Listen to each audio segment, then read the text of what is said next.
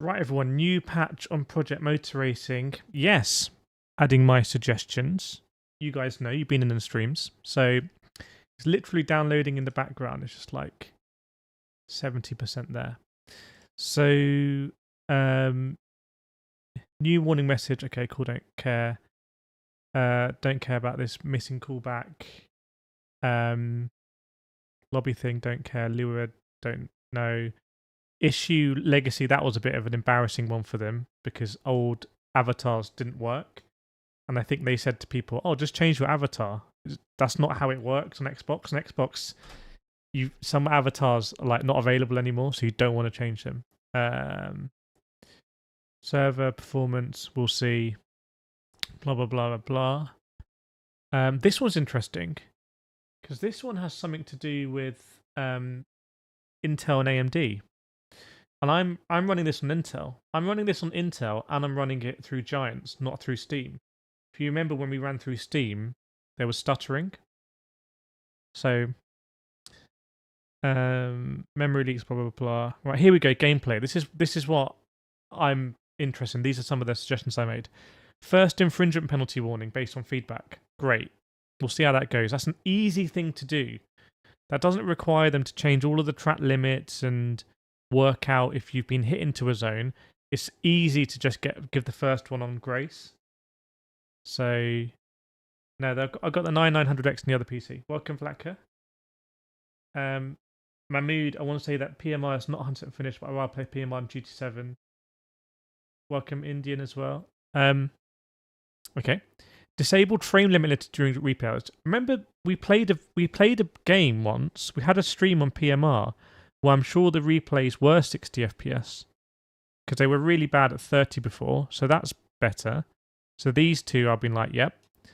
Tire warmer, I've been saying this in videos and videos. Tire warmer now defaults on. It defaults on. Yes. Such a mistake of reading the room of like how people are going to play this game.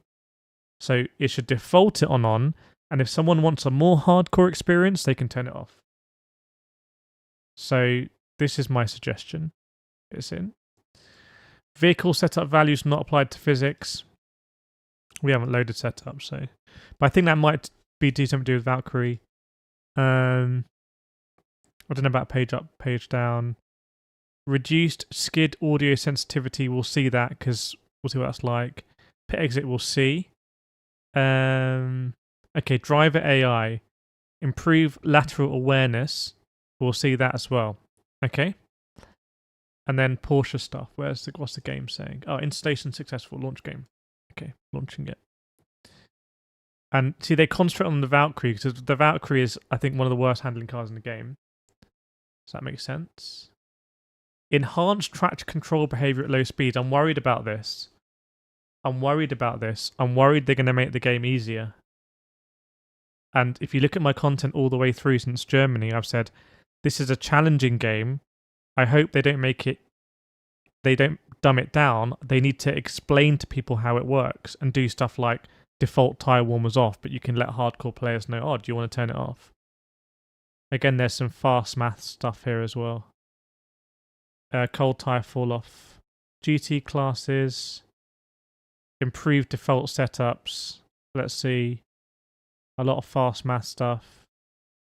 Cars roll more naturally into corners. That might mean that before I've been able to drive the game in a really unrealistic way and get a ton of rotation through the rear. Nordschleife.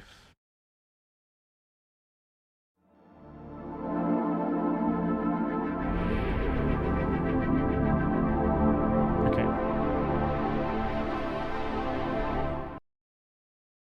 Let's see what's up, everyone. Welcome, Sean. Very thankful for your reviews and racing simulator games like this one. I ended up cancelling my PMR game because I'm really glad I did. 70 bucks is way too much for Unpolished.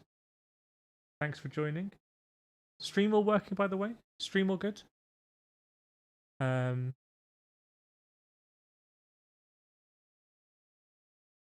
Last time I raced multiple times today. Now, before today, my race kept crashing. Are they crashing now or crashing before?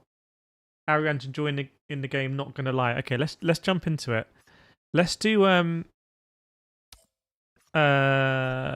Should we do Valkyrie? It's what I think is one of the worst cars I've driven in the game.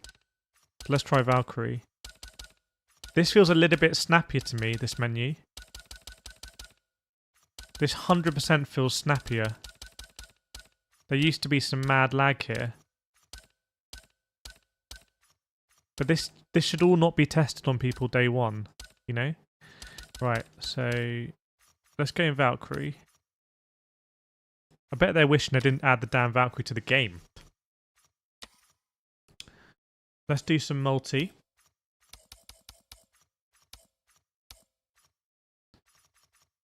Okay.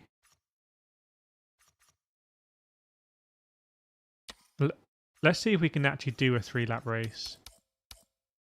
I'm not going to preheat the tyres still. What do we think, chat? Should we preheat or not preheat? I don't want to preheat tyres because I like... No, I'm not going to preheat tyres. Because I understand... I think I understand the game. So go 3 laps. We'll try rainfall in a bit. We'll do hot.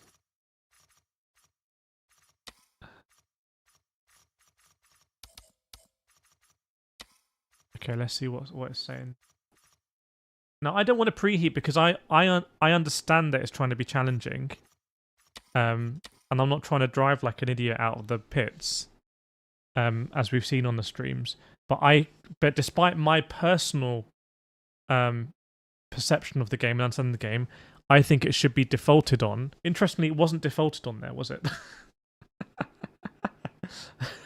But I think it should be defaulted on because I think the average in like a percentages game, let's say how am I going to explain this? Oh my god, I don't know. The odds are that the person playing this game right now, sitting at this wheel, is going to enjoy it better with tyre warmers on. Now, if Max Verstappen happens to be sitting here, they're probably going to enjoy it more without tyre warmers on. But it's very unlikely Max Verstappen is going to be that person. No preheat. By the way, do people actually preheat the oven when you put a pizza in? Because I'm not that well organised. This feels like this camera's been reset. I'm pretty sure my field of view was wider. Pretty sure my field of view...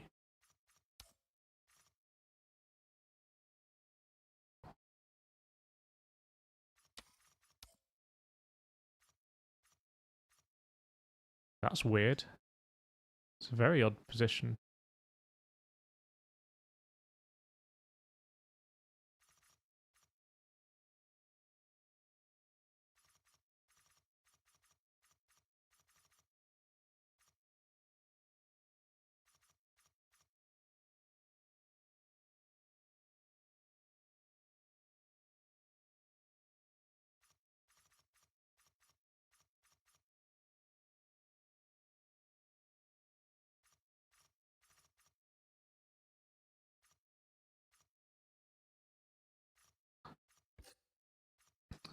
Field of view, please come at me. I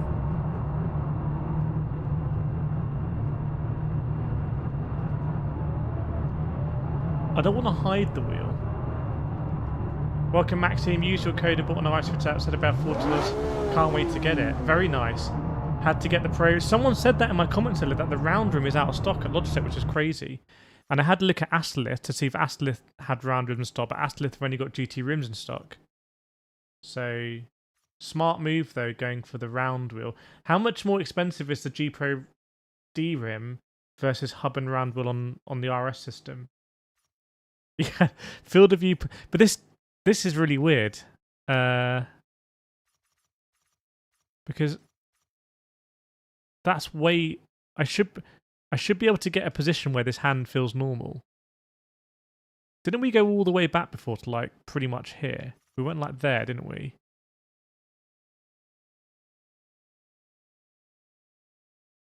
Okay, let's drive it like that. I'm gonna get arrested. I'm gonna get arrested. The portal in which I can see the track is very small. Right, is it pulling in the pits? Again, I wonder if they've dumbed it down to stop remember what I said? What I said that the Sim Racing Expos is, I'm pretty sure that because they have utter faith in their physics model, it's going to throw up unusual results. Because they're more focused on their model than the results. So, cold tyres. That sounds a bit better.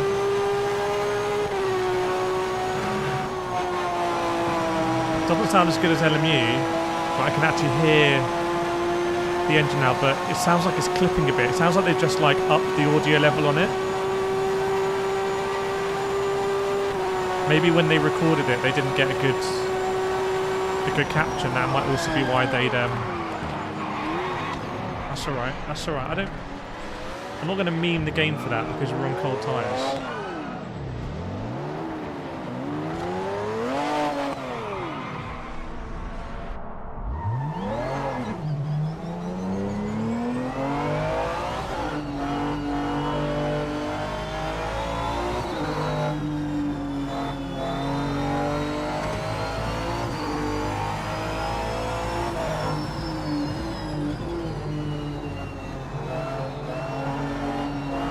Let's get these tyres warmed up. This feels better on the downshift a little bit. I feel like even before the Valkyrie on a downshift, if your brain even thought of a downshift, the Valkyrie would just spin.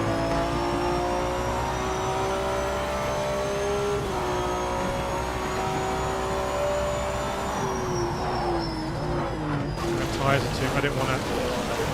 I didn't want to lock it up.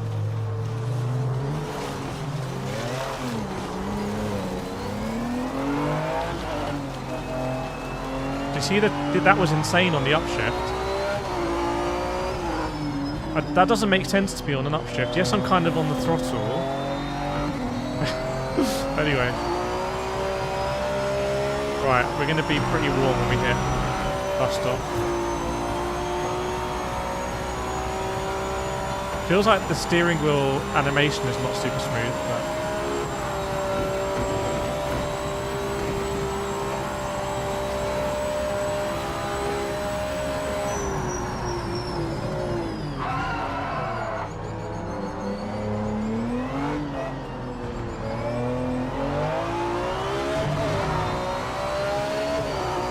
those tyres to me seem like they've warmed up a lot quicker than they used to. But you can look back at my streams over the last few days and see what it's been like in the Valkyrie. But for me, we're in hot conditions, as we've always been pretty much. That to me is warming up a lap quicker than previously. So the question is now, are they going to overheat? I mean, that's very easy to drive up Eau Rouge. I'm a bit worried they've dumbed it down a bit, to be honest.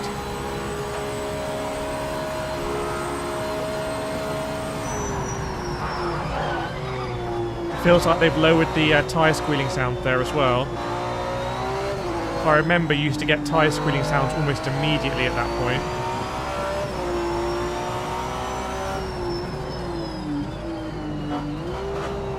That downshift there would have been a spin. So it's just easier. I'm not sure how I feel about it. It's just easier to drive. It feels like how the Alpine... I don't know how many people drove the Alpine hypercar pre this patch, but that was, for me, that was extremely drivable.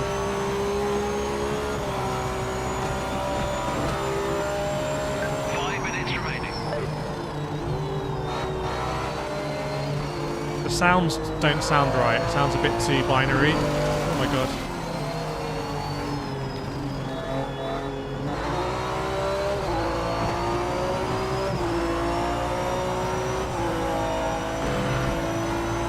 Speak louder, you can't hear me. It's probably the game sounds a bit loud. 1 second.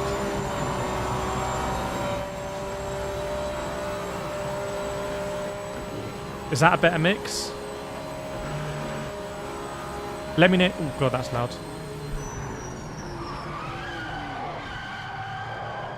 Okay, it didn't hit the AI.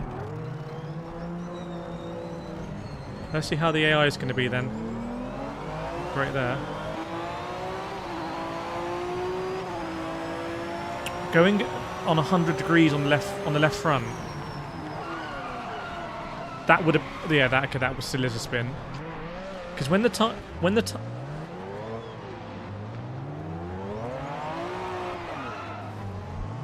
I know I've got TC on, but still expected to.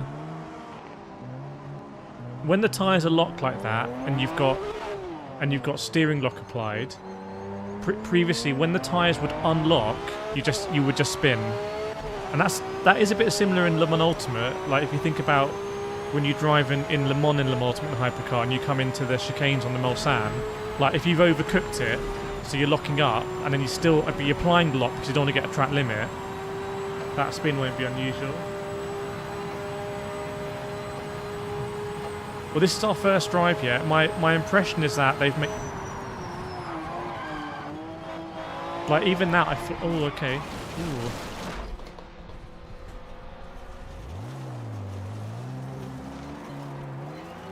To use the map. I'll tell you what hasn't improved is the refresh rate on the map rotation. It feels like the corner entry is a lot easier now. Like this was very difficult previously.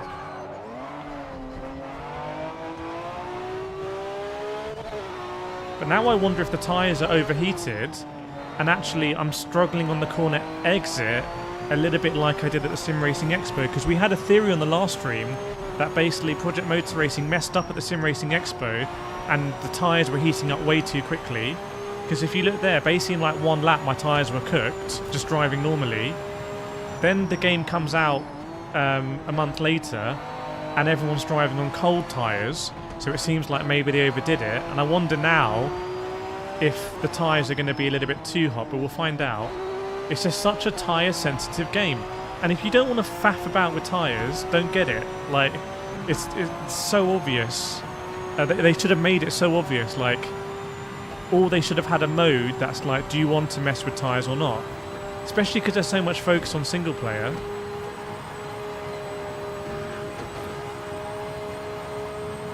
And one way of doing that is having a tyre wand on.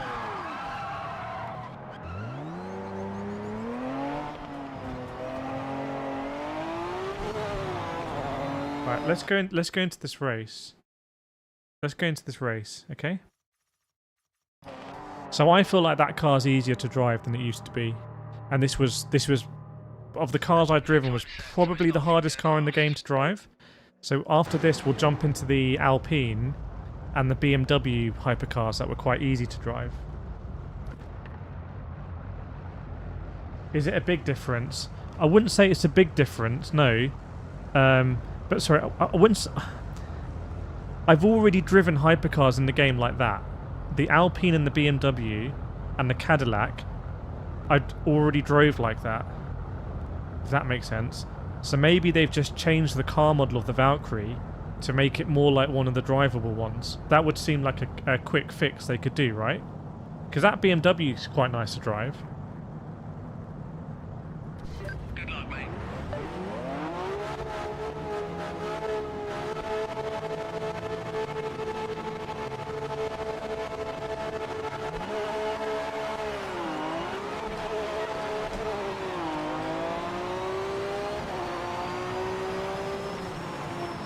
I'm less afraid of locking up now. Before, like, a lock-up in this, even for a moment, was just like, even if you had 1 degree of steering rotation, it just felt like it was game over.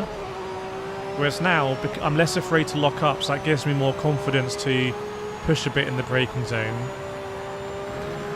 So this car is a big change from what it used to be, but it's not, to me, this is not a revelation in Project Motor Racing because other hypercars were already like this.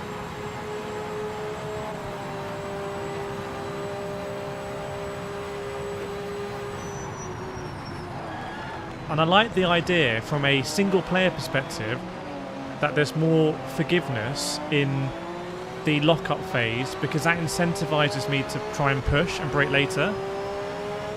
If the lock-up phase is very very unforgiving and you like to spin, you're going to do whatever you can to avoid lock-up. A long time ago when I was playing, we're going back a long time, guys. We're going back, I don't know, 20 years now. I'm losing track. But when I was playing Forza Motorsport 3, I would play that game without ABS and without TC. They haven't fixed this, clearly.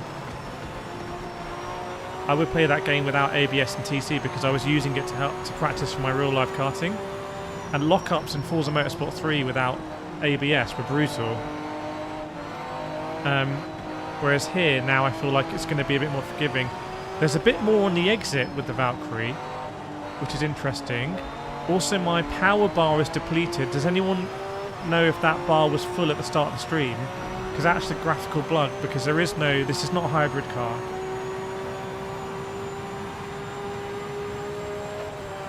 Yeah, these flashes, I think they need to come out and say what these flashes are. I mean, I'm running on a 4090 graphics cards. See what I mean there? I have a bit of forgiveness. I keep the wheel straight-ish, and I know that I'm going to be okay. Whereas previously, as soon as I locked up, I was like, oh god, I'm going to spin here.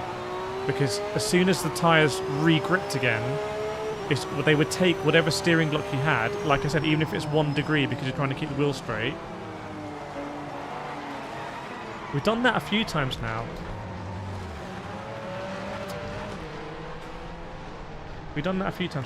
Okay, so that's better. There's more grip on exit. It just feels like generally there's more grip in this car. You can see that the grip on exit is catching me out, right, on the rears. I want to jump into the Alpine now.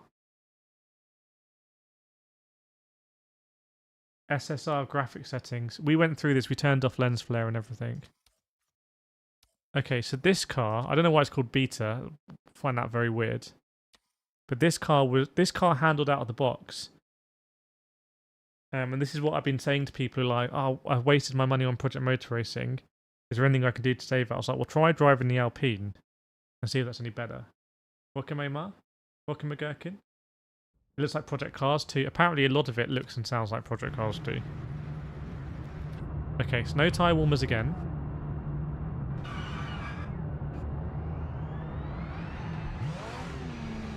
Nice. I'm getting pulled a little bit to the right. Still getting pulled a little bit to the right in the pit lane. It's a bit weird. The Peugeot was very difficult to drive also. So you can see these tyres, I believe these tyres are already 10 degrees warmer than the Valkyrie. Can anyone confirm that? Is that a reason why the Alpine has been easier to drive?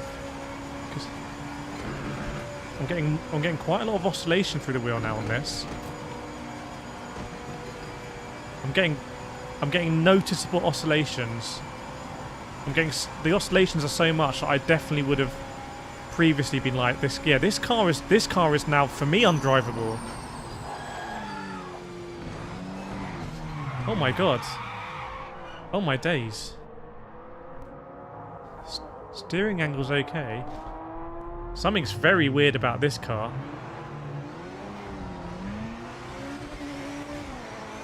Okay, well let's warm them up. You can see the rears were already getting warm though. Also, I'm not convinced how the tyre warming and cooling works, if you remember. Like, we tried it at Daytona and it seems a bit, like, arbitrary. It doesn't seem like you can actually warm up the tyres and cool down the tyres, basically. Like, I should be putting in heat here. But I don't think I am putting in heat by doing that. Okay, so my front right, within a lap, is already warm. Welcome, Ralph, by the way. Thanks for joining. Thanks for becoming a member. Chat, can we put claps in the chat there for Ralph? Becoming a member, supporting the community, making all this possible. Thank you so much, Ralph. There's Black with those claps. This is a different car to the car that I drove before this patch.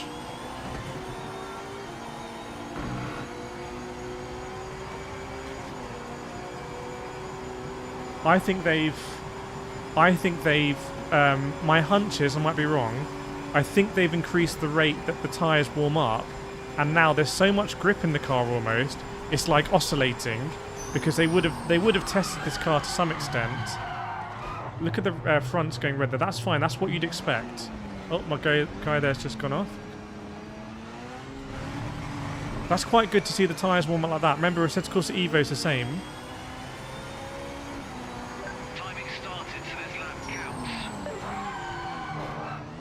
Do you see there how easy it is to come out of that lockup? Like, it was always like that.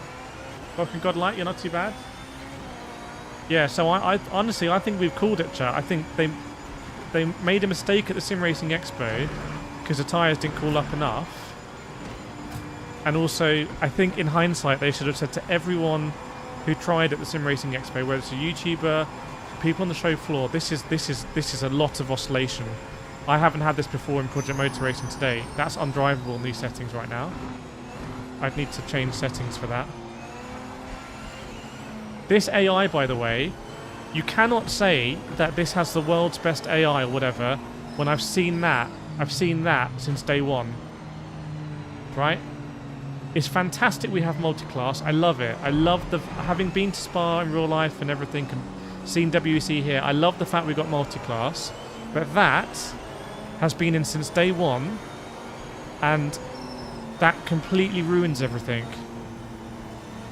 So there's some things I think Project Motor Racing, there's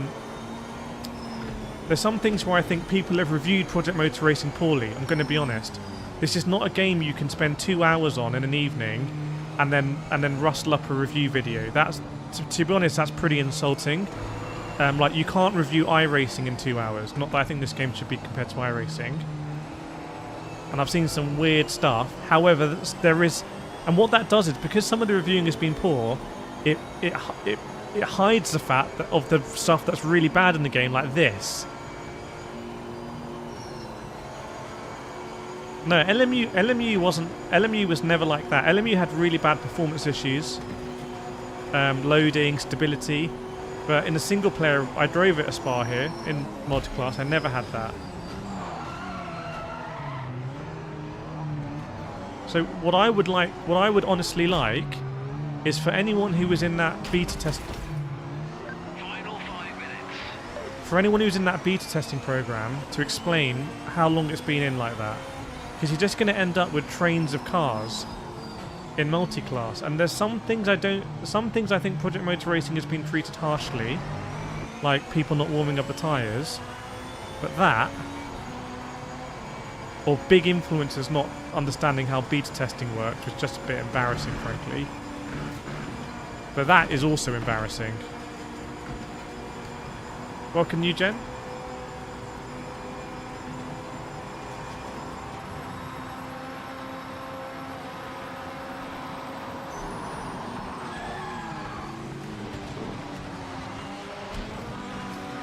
I like that. That's aggressive. It feels like he's on a hot lap in the Lambo.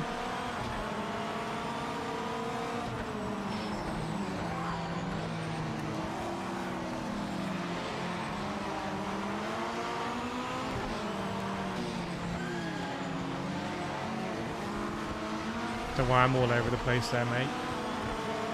He's got to go up the inside there. You've got to go up the inside. There we go. Fair play. Well, not really fair play, because you're on a qualifying lap.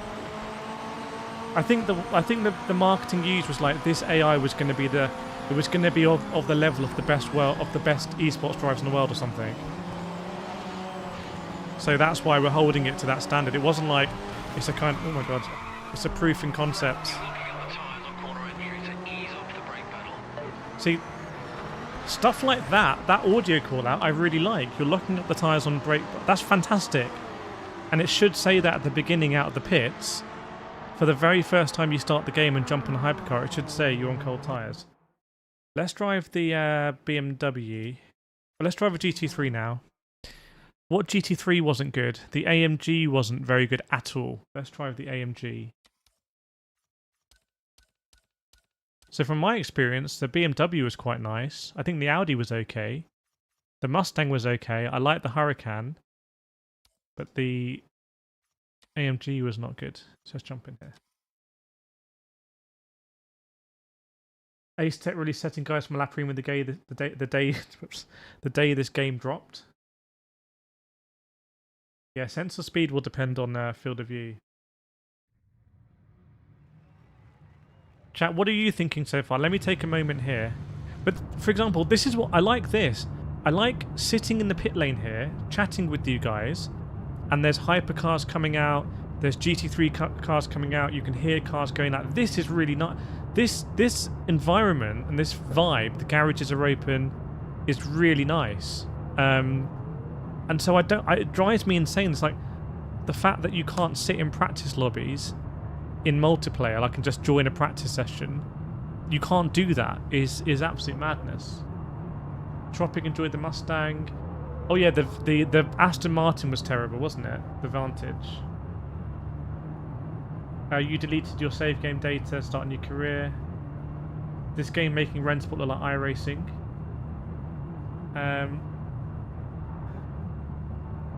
I find myself always going back to LMU over iRacing. I always find myself going back to iRacing because it just works. Calypso, I think this update has made a decent difference in a good way. It's a good start. The multiplayer does not work. Let's see. Have they said that servers are back up? I think they have to acknowledge.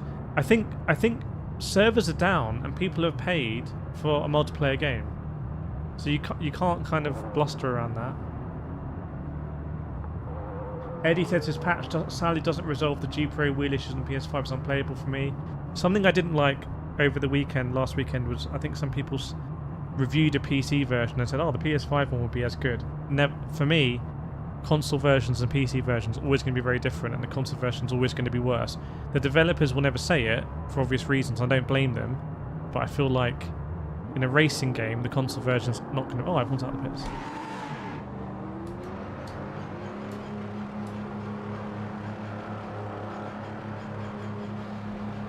Yeah, we'll look at graphics later. I'm getting a little bit of... It's not super smooth here.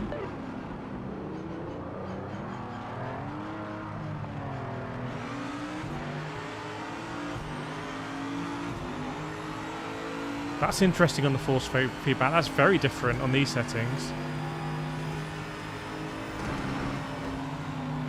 It feels it feels more like Le Mans Ultimate force feedback, R-Factor 2 force feedback. On these settings, it's like quite rumbly, road textury. Let's see what happens when I push it in. Oh, that's very different. That's very different. I reckon what they've done is they've just changed defaults. So I don't reckon they've changed anything. Well, they may have done. I don't know, but I think they've maybe enhanced a certain part of the force feedback that's kind of letting you know what the front end is doing. Let me actually try and drive properly. Because this car is very understeery on cold tyres. Those tyres are warmed up so much quicker, I'm sure. We'll go to a different track because of these sparkles, right? Like, look how much lock and ping is. Very understeery. And when you couldn't feel it before, that's dangerous, because when something is understeering, it's arguably, you could say, it's steering less than you expect. So if you can't feel what the car's doing, it's always going to steer less than you expect, which is going to be frustrating. If you can feel what the car's doing, you can feel that it's understeering, and you can adjust accordingly. Back the wheel. Wait.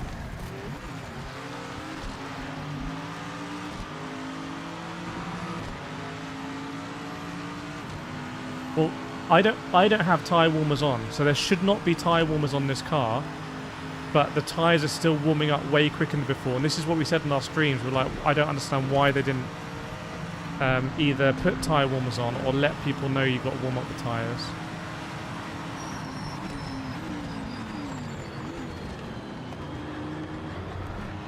Oh, we got TC on 1 for some reason.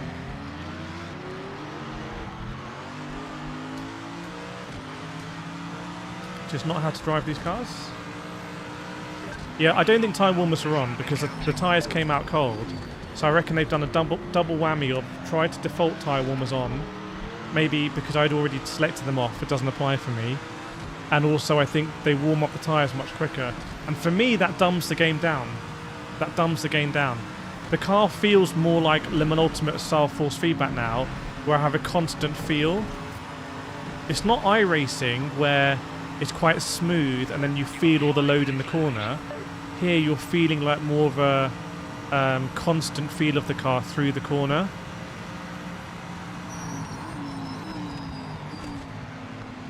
Yeah, to me I would call this much more... Don't misquote me. put it out there on the forums like, oh, Kira's like, this game's like Le Mans Ultimate now. It's no, the force feedback for me is more like Le Mans Ultimate than ACC or iRacing now. Because it's like grainy. Basically, I think they identified that previously you'd kind of turn in for the apex and you'd lose all force feedback. Maybe because at some point when you turn to the apex, because everything's working nicely, the force feedback would just like die and you couldn't feel anything, and then you'd make a mistake on when to get on the power, how quickly to unwind the wheel, how much to unwind the wheel. Now what they've done is, it feels like, if you think of like a EQ, everyone knows like an EQ for audio, right? You've got your bass, your mid, your treble, right? It feels like what they've done is they've upped like the bass of the road feel. They've massively amplified that bass. So before it'd be just like a background thing and it kind of completely dropped out. But this to me does feel like a bit of a bodge, a bit, because I still don't have a good feeling of what the car's doing mid-corner. It's just I can feel something now. If you saw me driving at the Sim Racing Expo, the amount of times what I was doing at the Nürburgring, I've never done in any other sim.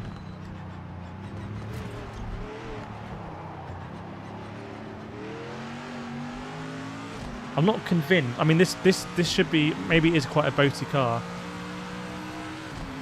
Let's do a race. Oh. Let's do a race.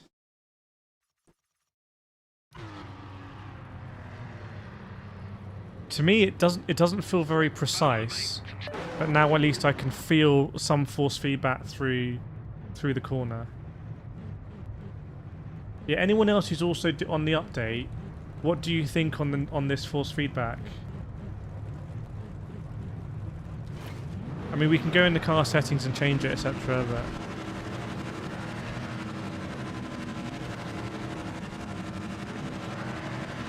remember, we're basically driving like the cars that were bad before, so they might still be. We'll drive the M4. Hopefully the M4. I mean, I hope they haven't ruined cars that were nice before for me anyway. Why are there no hypercars here? Did I not add hypercars or something? Ooh. So he's got to be out the way here, surely. Okay. Little break up there from that advantage. So the only way to work out how to drive with the AI is to go third person.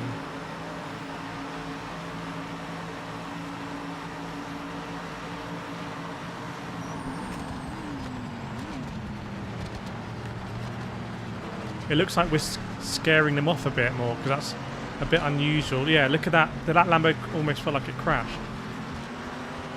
So it feels like you can kind of... There's almost like, you know, the opposite ends of magnets. They push away from each other. Feels a bit like that. Oh my god.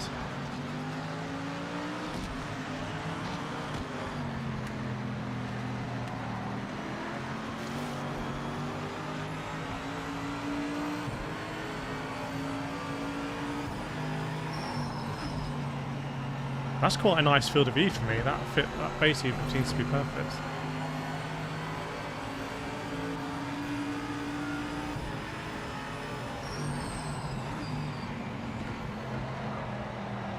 I don't really know what... Still can't really feel it. But at least I can feel something.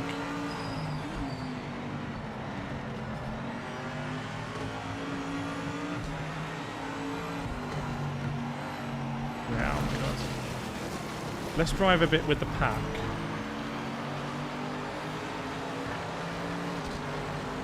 So it looked like he must have backed off.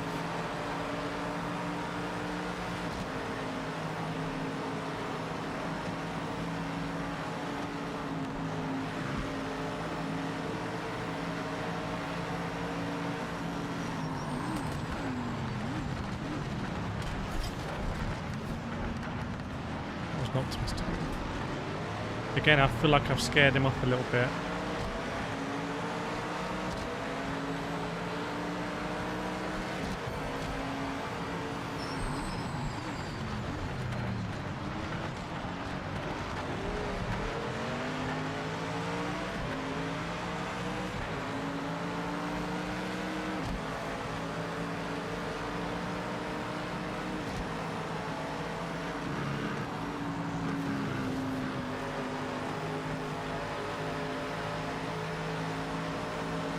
Yeah, yeah. Before that car would have driven into me. I feel like it's having some unintended consequences though. So I feel like they've made quite a drastic change that they will not have had time to play test. So now you can probably do quite interesting things by dive bombing. If I could just get a dive... The problem is I'm having to drive in third person to see what the result is, but it's harder for me to dive bomb in third person.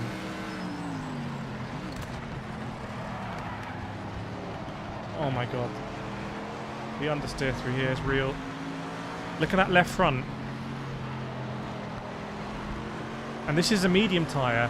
Like before, we wouldn't see the softs get this high.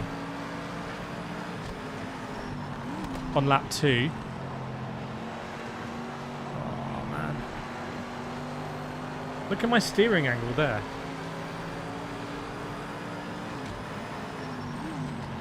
We'll try and keep this one going because I think those fronts are going to overheat, and I honestly think they might have...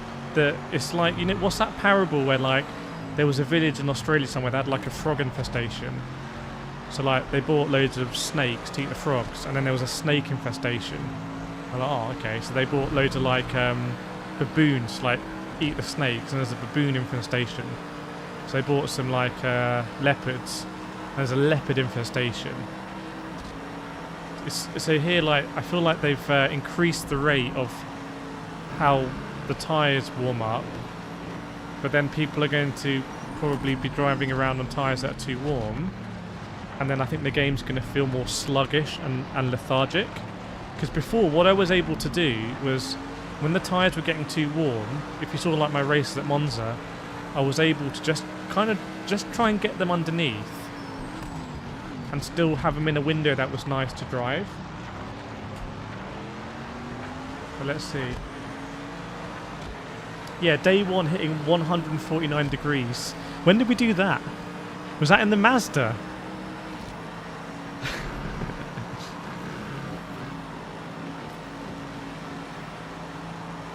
Yeah, I'm sure that's natural story, isn't it? You can dive bomb.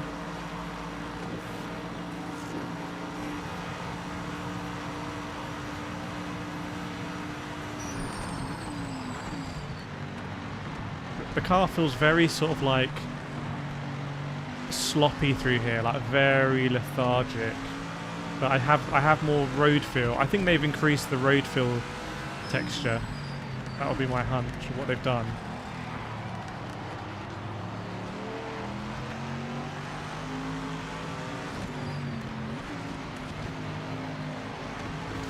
Oh, it's such a annoying car to drive.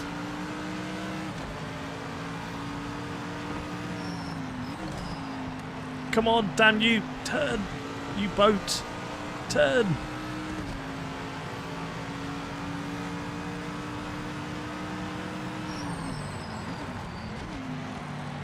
Turn, damn you! Just do anything to rotate, please. Right, have a look at the front tyres now. This is on medium tyres. Now, unless it scales somehow, because I've selected the 3-lap race, so unless it dynamically and unrealistically scales to the length of the race. Remember, we were very suspicious about some races we had yesterday. We were very suspicious about how I qualified last, but I had the fastest lap in the race. Never happened to me in my real-world racing career, I can tell you that one.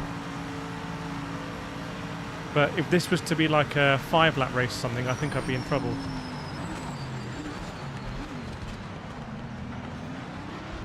It's made us look silly there, to be fair.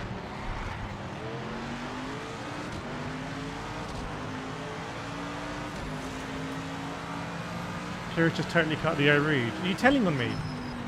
You're reporting me to the FIA. Okay, so that is not the best GT3 experience I've had in Project Motor Racing. Let's switch it to Monza because I don't think the flashing happens at Monza, does it?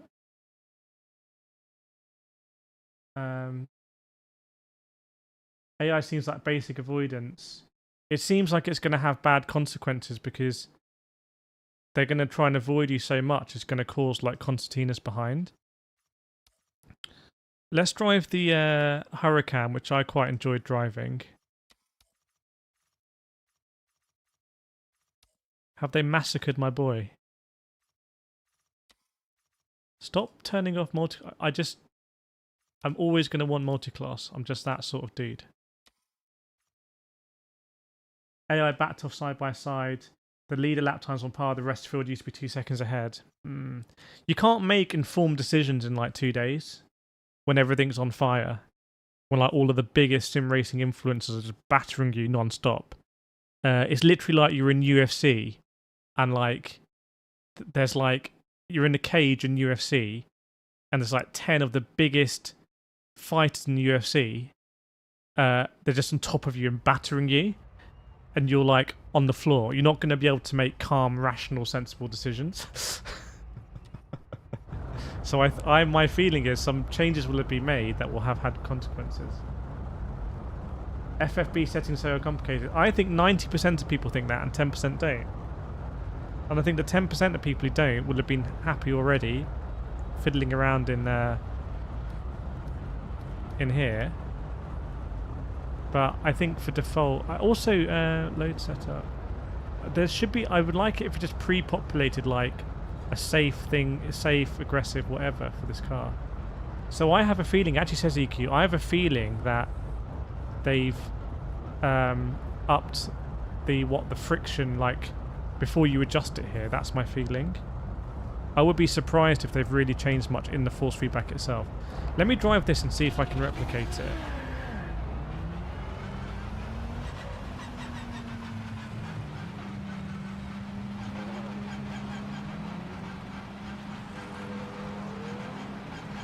Yeah, I think it will have been quick fixes.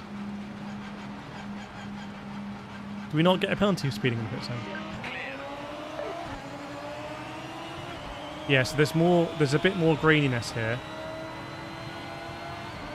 It also feels a bit more sloppy again, unfortunately. We'll valiantly try and make that corner. So remember, we had some good racing in this car. We had some genuine good racing in this car. So tyres are cold, but again, I'm turning the wheel and less is happening than it was before. Let's get these tyres up to temperature. Do you remember I could just... Yeah, oh my days. Do you remember before I was saying this is for me this is a really good simcade experience at Monza because you can just drift it into the chicane. Do you remember I was braking and the rear was like completely unrealistically pushing round, but I could almost like ridge racer it through the chicane. I could like snap it into the left, snap it out of the right, and now we'll warm up the tyres, but I feel like it's been dampened. But that's my feeling. And remember I said I don't think it's a good thing that I can do this because people will exploit how much rotation you can get.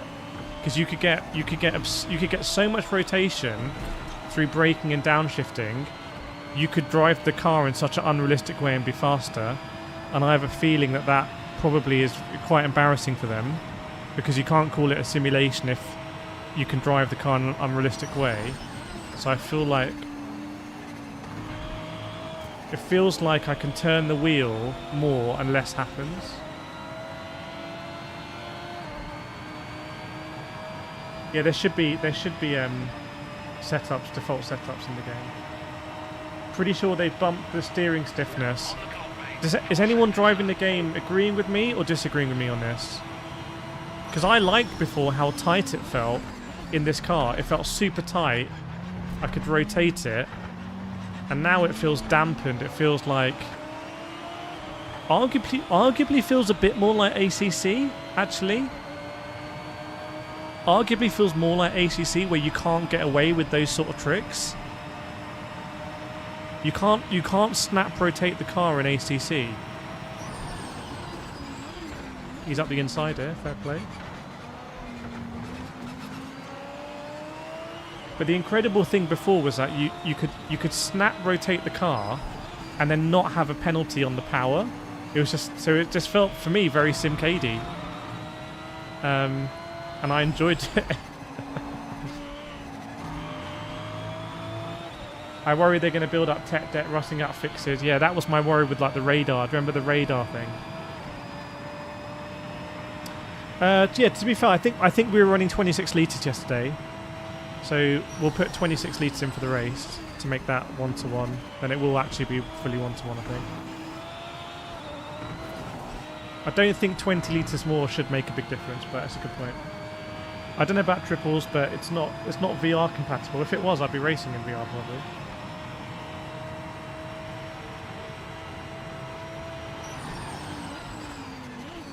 Yeah, do you see there? That downshift to thirds. I have very good muscle memory at the moment for this game because I played so much of this game.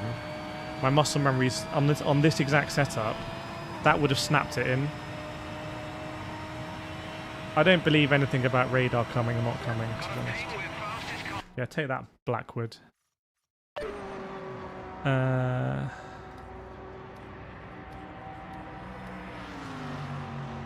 Let's put 26 in. So maybe I can still get the car to drive how I liked it before. Maybe they've changed something that affects all the default setups. Maybe it's just... By the way, it is insane. It is insane that there are no tooltips here. Like, it is insanity. It's insanity. I don't know. I want to make the steering tighter. I don't know whether it should be left or right. Okay? There has to be a tooltip that says, turn this figure down for this, turn this figure up for this. Before, steering stiffness was on 3 by default. Okay, let's try that. That's a good spot, Trimbo. Have I read the patch notes? Mate, we read them on stream at the beginning. Let the record show. Before I get battered for like, did you even read the patch notes, bro? Yeah, we recorded it. It's here. Historically recorded. Ian Brush off, is their technology doesn't support it. I thought they went to this engine because it was more custom. Right. Oh. Okay, I should see how it is.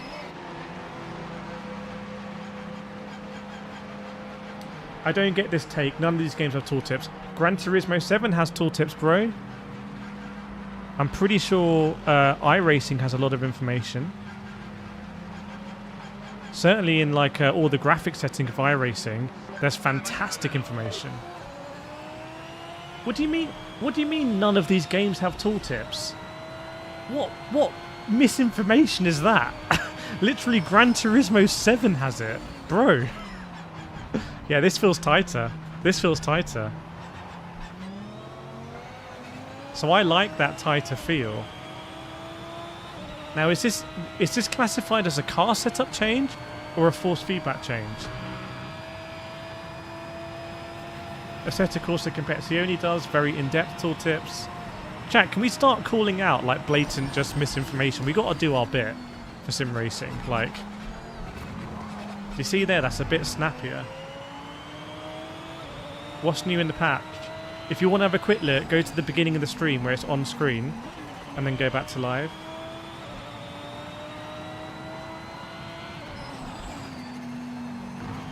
Ooh.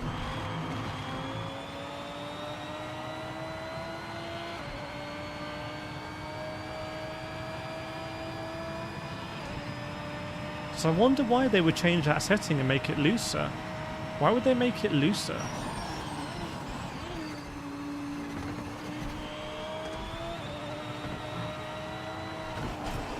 This feels, I know we're not fully warmed up yet, but that feels more similar to yesterday than it did previously. This to me feels better than what we just, that one setting change is better for me. Now that could be because I've got muscle memory of how it's, do you see there? We just went in a little bit. It could be how my muscle memory has been working on the game, but I like it tighter. Don't clip that. Let's try and do a lap.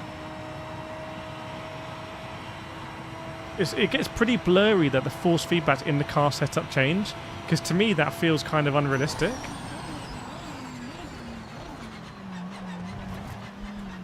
Oh yeah, I like that. You know me, when I do my force feedback setup, guys, I like a really direct, tight feel. That's what I like. I don't like this kind of sloppiness. I don't actually like in ACC how it's a bit looser, but I kind of respect it in ACC because it does a very consistent job of it.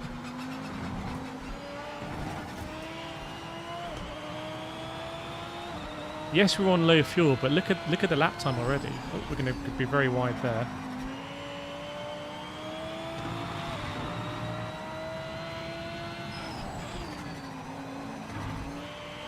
So we're already a second faster. 10-man studio. I don't think it's 10-man deep.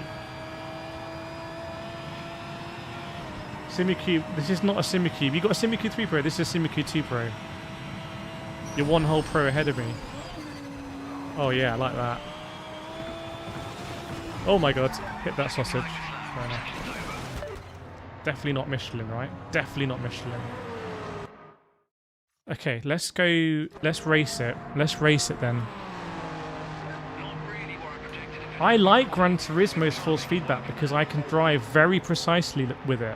This is the thing about the Simcade simulation spectrum. Ironically, in Gran Turismo 7, I can lap at Monza within a couple of tenths every lap. Like when I'm doing qualifying for a Monza daily race, I'm lapping within a couple of tenths. So that is very, very, very precise. What Gran Turismo does is it says we're not gonna simulate. There's a whole lot of stuff we're not gonna simulate. That they probably could, by the way. They have the ability, they have the technical ability to do it. The PlayStation can handle it, but they make a design decision not to simulate it because they want to reduce the variables, and it keeps the driving and racing more tight and focused. Now that, by admission, makes it less of a simulation, but I don't care. I'd rather that it's nice and tight, and so that's my personal thing. For example, I used to like playing Trackmania. Trackmania is as far from a sim probably as you can get, right? But Trackmania, I'm going around Trackmania stages within like 1/100th of a second because it's such a tight, consistent feeling. So there's many different like ways to roam.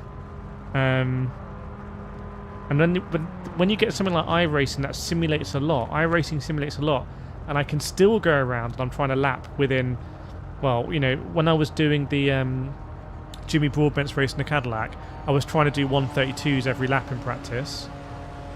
That's pretty impressive because the simulation is simulating so many things and it's still consistent.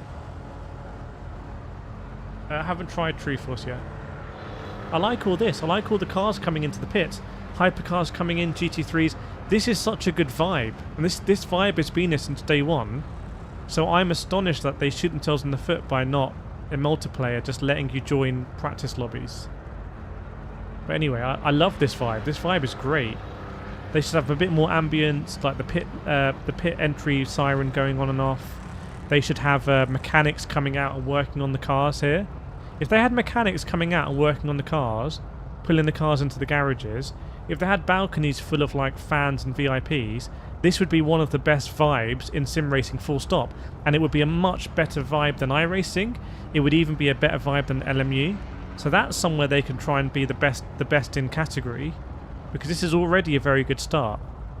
They actually have Michelins there, I guess, with the IMSA thing. What are we doing? We're racing. Middle of the pack. Whoa, look at my guy in the AMG. Why no pedal cam? This camera already overheats, so please donate for the new camera and we'll get a pedal cam, my friend. Bozak. Lobster Man, I love Fat Want a real sim, then moan about I've set up a car. There is like a you've identified a contradiction, right? And I don't blame anyone who's paying money to buy the game, but there is a contradiction with YouTubers. That YouTubers can have it both ways. They can deride a game for not being sim in certain areas, but then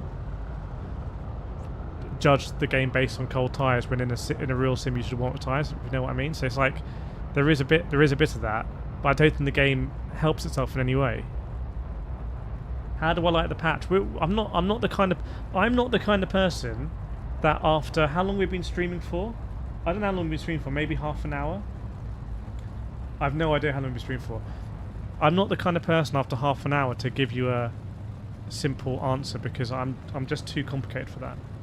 I'm a simple dude, Keep focused. but I'm too complicated for that. Right.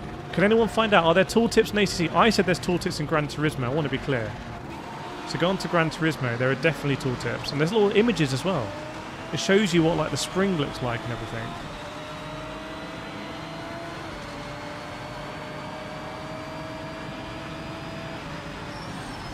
Right, this should be a good test of the AI. Oh my days, I rate that. I rate that from the ASCHER. No, keep it going, mate. You had such good momentum. Oh yeah, battered. That's not a bad turn one at Monza. That's not bad. That's actually better than ACC. Whether we should be comparing against like a 6-year-old game, I don't know. But that's proper. See the way he snaked out the way there? Are they going to get out the way? No. Maybe because he had the grass already. This is still very difficult without a... Oh, he's cut it. This AI to me feels more dynamic. There's an Acura off. The AI feels more chaotic. The AI was not chaotic before, and I have a funny feeling that they will have studied top-level motorsport. Remember, I go to a lot of Remember, I'm an Autosport-nominated Motorsport Creator of the Year. How can we forget? So I do go to a lot of motorsport events, and I see top-level drivers drive around in Spec Series, Porsche Cup, Super Trofeo, etc. And they will be driving generally nose to tail. And I wonder if someone at Project Motor Racing watched a load of that and thought, yes, this is what we're going to do, we're going to replicate it, forgetting that's going to make it such a boring gameplay experience. And that's not... We're not trying to replicate reality, because in reality, I would have already crashed the car, or I'd be 20 seconds behind, because I'm not a real-world GT3 driver. What we're trying to do is we're trying to like role play as a GT3 driver. So I don't think, unless you're iRacing, I don't think simulations should even be simulations at the cost of all else, because they're already just a vehicle for me to live out a fantasy of being a racing driver. So if you wanted to simulate it completely, it should be impossible for me to win. Unless you're going to make every AI car also fantasists. But if you're going to pretend like this is a full simulation, this game is this hypothetical game is a full simulation. And by the way, you're going to be able to jump in your bedroom, okay, on a controller, and you're going to be able to beat. Then that's... So maybe that's where Project Motor Racing ended up in a bit of a bind. And actually the AI should be a bit chaotic. They should be a bit rubbish, frankly. They should treat me like I'm Michael Schumacher. They should see me in their mirrors, and they should just get out of the way, because that makes me feel good. That makes me feel like, yeah, I'm a good racing driver. And ultimately, you know, that's what we're looking for a little bit. And then you go online, and you race real people online, and they don't get out of the way, and that's where the real battlefield is. And I personally really like online racing. But the single-player racing before was just... Oh, I'm going to go up inside here. I think the AI is not aware enough. If you have a look here, let's have a look at that, okay?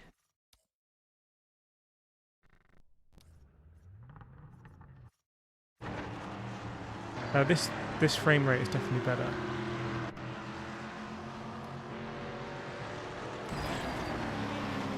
Okay. As I'm sliding up the inside, I can tell you, having raced top split in Gran Turismo 7, most top split players, unless I'm racing Got Max Power, he's the one player that wouldn't do this, I think. But every other player in this situation is going to give a lot of space. And if I'm on the outside, I'm going to give a lot of space, because otherwise there's inevitably going to be an accident. Okay? I'm pretty tight on the apex. But I'm always going to wash out a little bit because I'm on a narrower line. That AI car, in an ideal world, I think, in my opinion, should be on the right-hand side. It should give more space here. I don't hate the game. Sorry if it makes you furious with your angry emojis, but I don't hate the game. I I think the game has been marketed poorly. I think there's aspects of the game that are just unacceptable. Like we spoke before about the AI not being able to hypercars not being able to overtake, etc. Dynamic weather not working, not telling the player how to drive with cold tires, etc. But I've been streaming this game for many hours, and I think everyone watching knows that I'm taking the game at face value. I'm not trying to destroy the game for no reason. I'm not trying to shield the game for no reason. I'm just playing it, and every minute I'm assessing what I'm seeing, honestly. So... No, but so I think, honestly, with respect, I think some of you missing the point a little bit. What I'm saying is that if I'm on the outside here, I'm going to give more space. If I'm on the outside, I'm going to give more space. I don't think this AI really changed its lane at all, even though I'm here. So, let's have a look.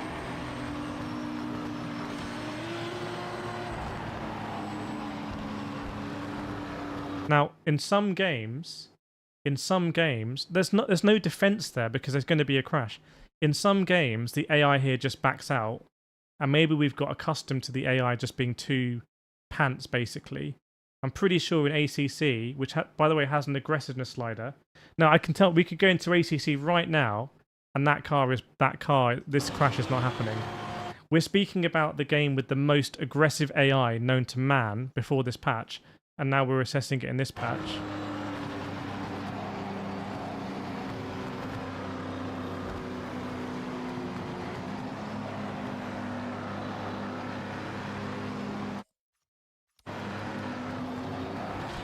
Let's look at this really scientifically. Let's see how far he is off the apex, because I can see that car has clipped the apex, right? Let's have a look at the green one.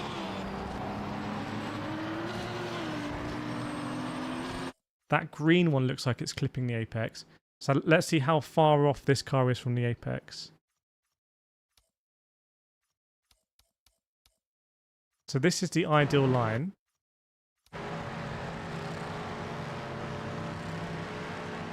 Which makes sense. I've got this like force field now.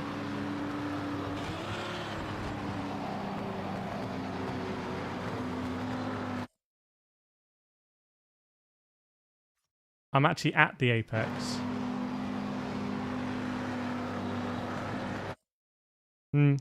I think an AI in most sims would not, that contact wouldn't happen, in my opinion. I might be wrong, that's what I think. I get what you're saying, but that was not the AI's fault. I'm not saying it's the AI's fault. In real life, I get a penalty here.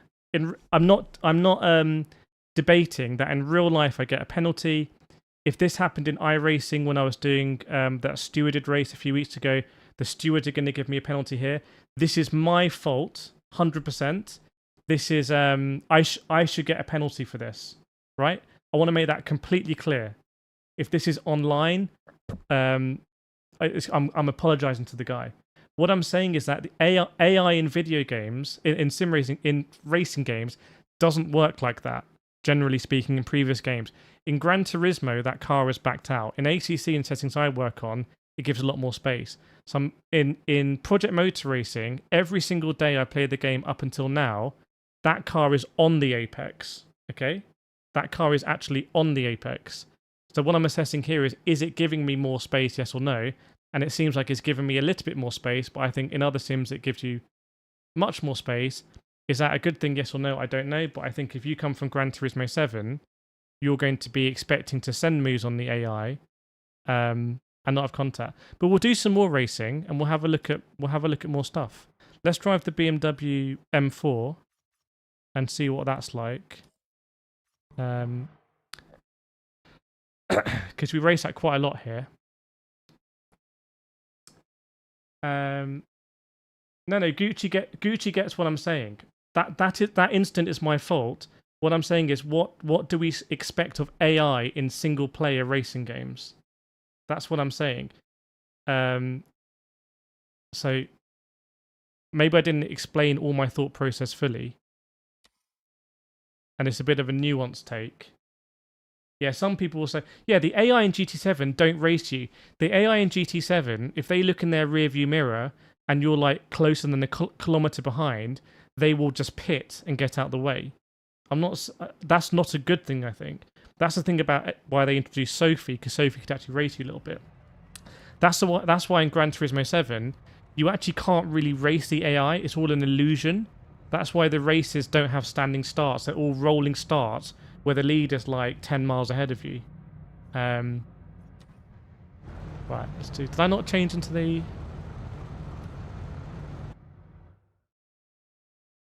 Did I not even change into my M4?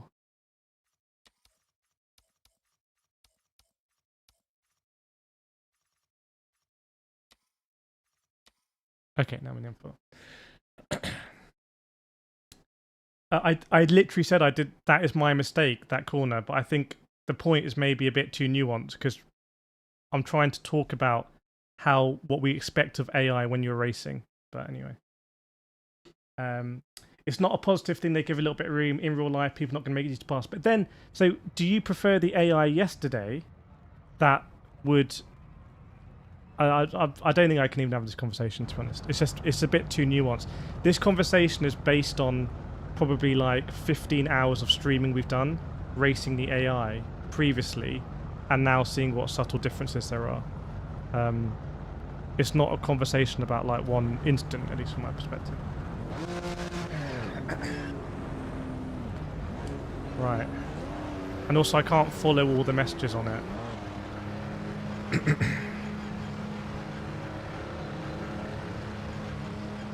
So this car was always one of the better GT3s I found.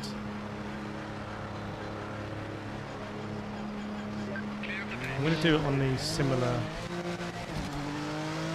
settings we had before, but we are on more fuel.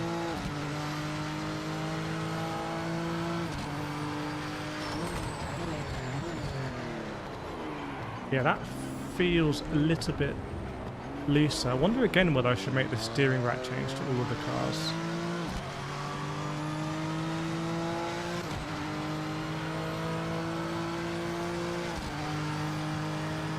Definitely more of a heavier force feedback there, which I like, compared to the Lamborghini.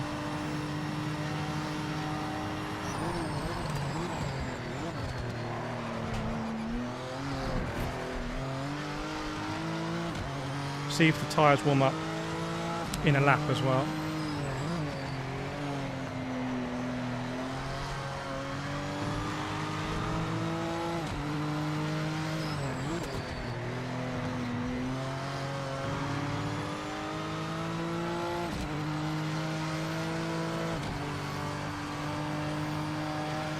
It's quite a nice balance at the moment in terms of the resistance.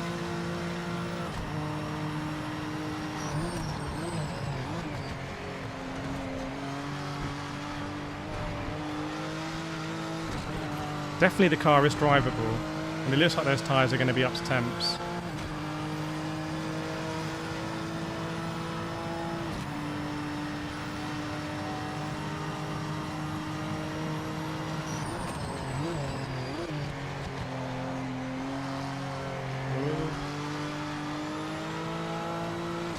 What we'll do is we'll do a lap, and then we'll do the race with the steering rack on.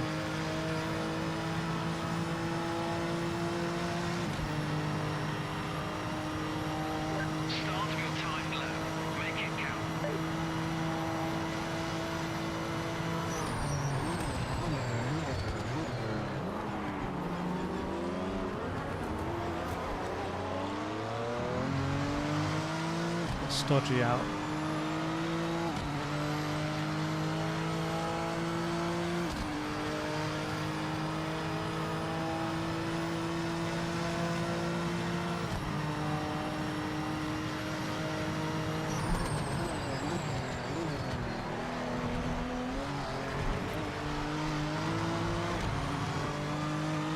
So a little traffic queue ahead of us again.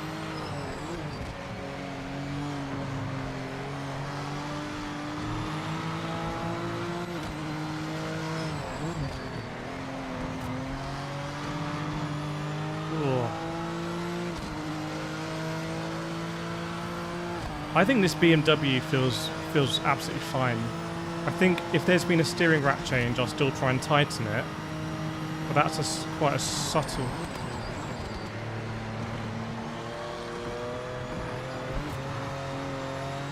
Like, I feel anyone could come to this setup and drive this BMW.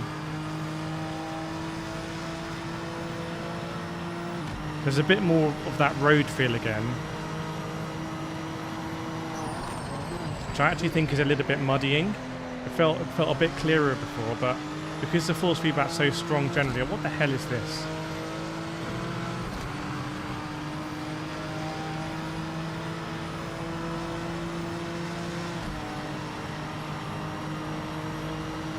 We're top of the board on pace right now. Why is he driving so slowly?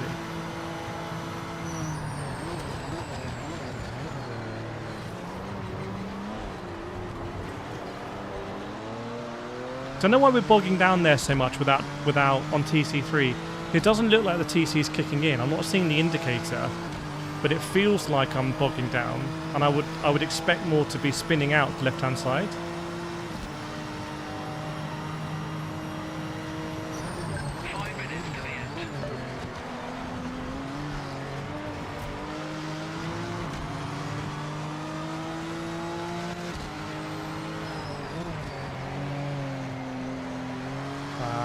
Very good.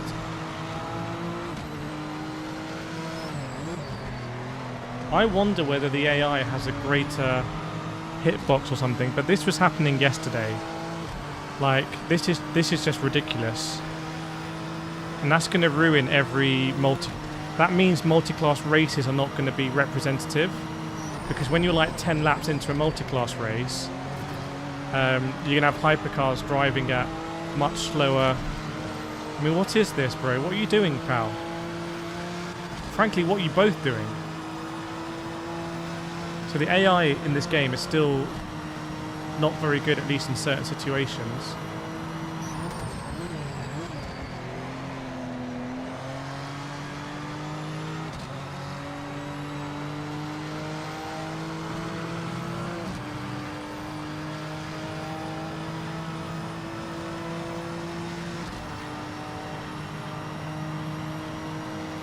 Right. 48.8. Don't know what we were doing yesterday, but that feels pretty consistent. I'm going to change that steering rack thing again.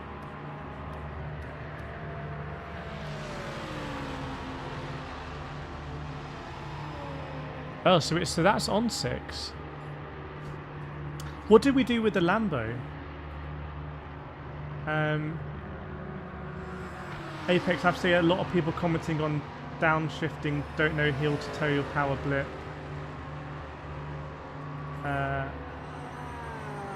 Alex went back to PC earlier today, and although there's difference in handling, there's feeling of similarity. Yeah, I don't know why maybe they weren't allowed to say, but like, just say this is going to be similar to Project Cars 2. I feel like people looked at this game and they marked it in a way that it could have been everything to all people. And I just think no game can be everything to all people. This game can't be an iRacing competitor and a GT7 competitor at the same time.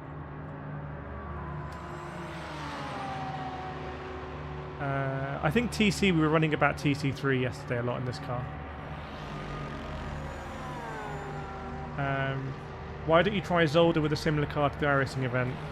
Yeah, we should do. But you know, we did a 20-minute race at Zolder in the 964, which is kind of like an old car, and we basically just we won the race, did we, or did we come second? But we obliterated like track limits. It was a lot easier than iRacing. Steering stiffness at 3. Is that what we had yesterday? I'm going to put it there. And I'm also just going to put the fuel 26.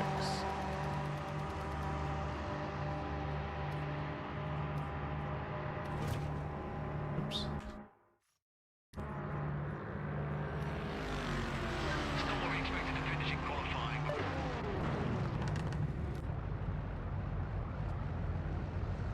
Jimmy Broadbent made a video saying it's a year away from being finished. I think that depends on how they market it. I think if they marketed it as like saying, but then the servers aren't working, so like, so the game isn't finished. Unless the servers are back up now, but still, I think there is a lot in this game that works, but then there's so many frequent things that don't work that can be game breakers. For example, I think hypercars not being able to overtake GT3s is a game breaker for some people. It's a very significant issue. It completely ruins. Thing is, I'm not someone who's going to be doing a lot of single player normally anyway. You know me. I'm normally just doing online racing. But if you bought this game for the single player because they marketed it as like this insane single player career thing, and by the way, I think the career is very bare bones. When we looked at it yesterday, we were surprised by there's a lot of stuff they could do that's missing. That issue just kind of, it's irrelevant if everything else works, if hypercars can't overtake GT3s. I don't think Jim is sold out. I speak to Jimmy from time to time. I think we're very lucky we've got people like Jimmy who say it how it is and also drive real world cars.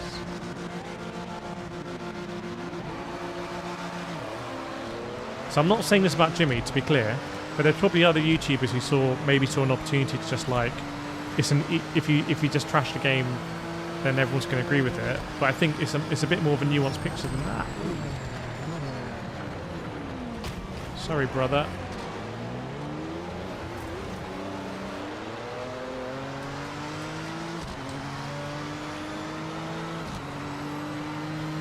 You know what? I need to probably go to the back of the pack here, don't I?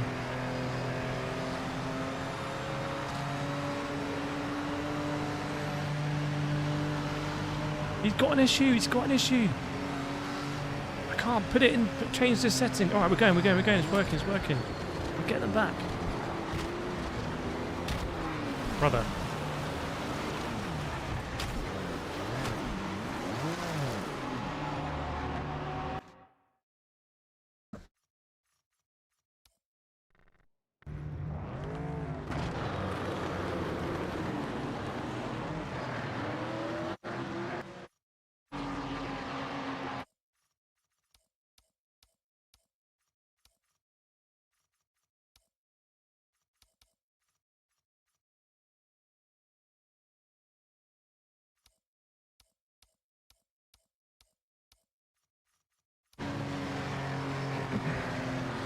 It's a bit of an unusual situation.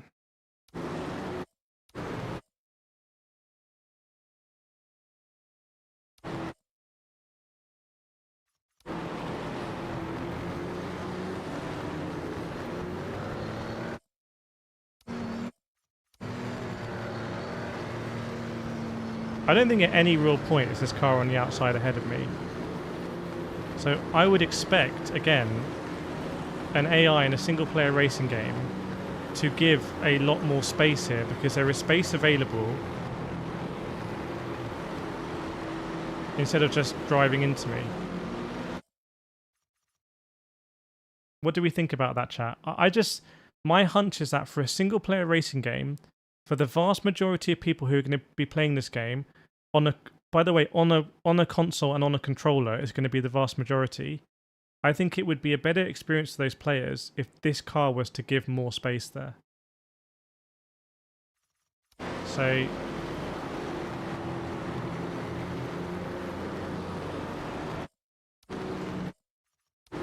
because I've given the space on the outside already. I haven't just bombed through. So I think in this instant, I think they're getting a penalty anyway. But that's kind of irrelevant for what I'm saying. But I think for an AI single-player experience, I think this car should be gradually backing out. And by the way, can I just make another point here, which is I'm running at 90% AI difficulty, and I put the car on pole position. Like, I can't lower the difficulty anymore, otherwise it's just going to be too easy.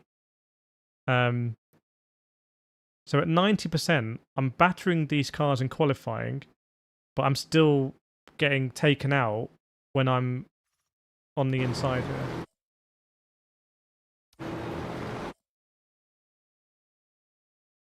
Do I get bad oscillations? I got bad oscillations in the Alpine. Nah, this is I'm completely in the right here. 100%. I might actually send this video file to the FIA and get this dude Michael Lange banned because this is just outrageous. I've left a full car's width here Plenty of space for him to go into. Absolutely. And Lange, aka Michael Lunge, who, by the way, has been doing this all week. Look at the lock I've got applied here. I'm applying mad lock on the car. BMW looks like it's stanced.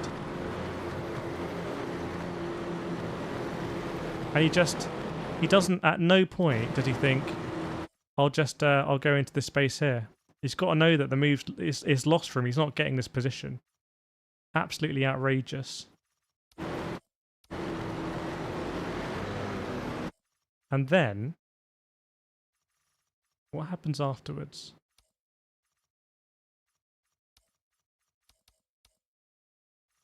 We've been taken out by him.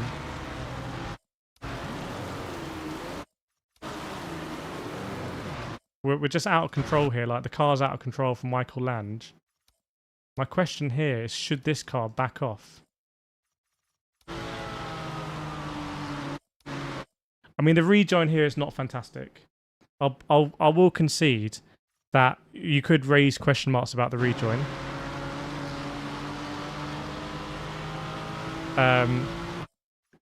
You know, that one may be a bit more of a 50-50, but interesting. I'm surprised that the AI seems to be sometimes on a straight. You approach them and you can kind of part them. In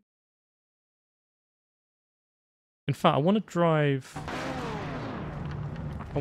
the back again and see what it looks like. Keep focused.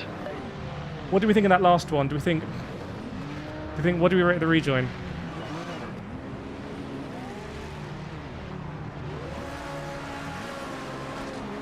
Yeah, Alex gets it.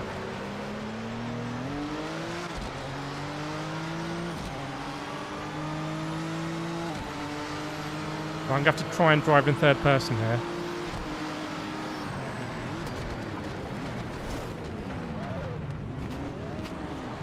Honestly, I don't think these turn ones are that bad. ACC is just a car park. It's not easy to put 28 cars through turn one in anything, so.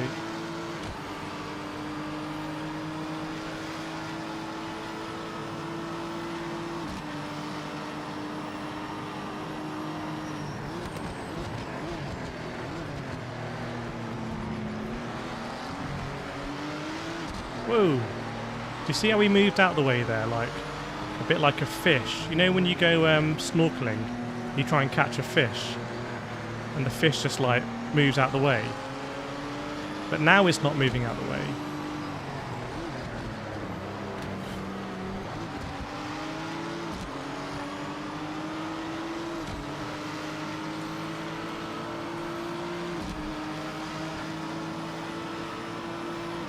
Nice defensive move there, rate that.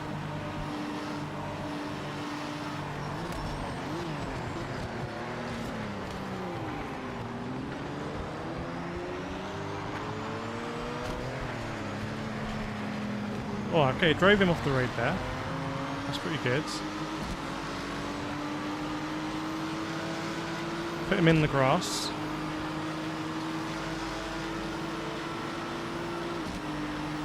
Flickering the brake lights.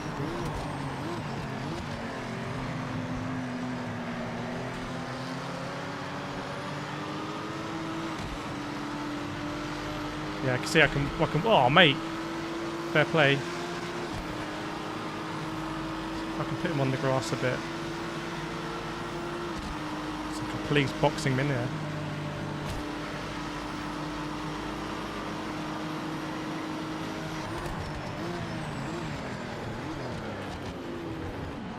That's good. Okay.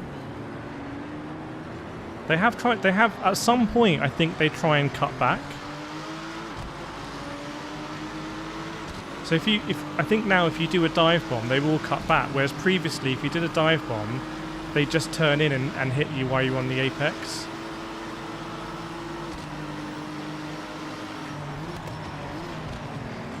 That's a good move from the Aston. Oh, okay. I rate that. Go and get him, mate.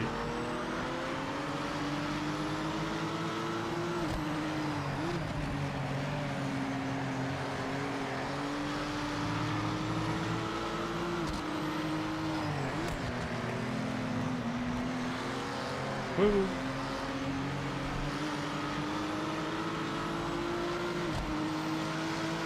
Yeah, don't worry. I'm not actually trying to win this race. Sorry to spoil it for you, but I don't care too much about 15 seconds. They seem less glued now. They do seem less glued. Before, you could just do anything, and they would just... It was almost like they're a Scalextric's car. They couldn't do anything other than go on their line. Whereas now, you can clearly push them around a bit. Do you see there? Like, I'm pretty sure that didn't happen before at all.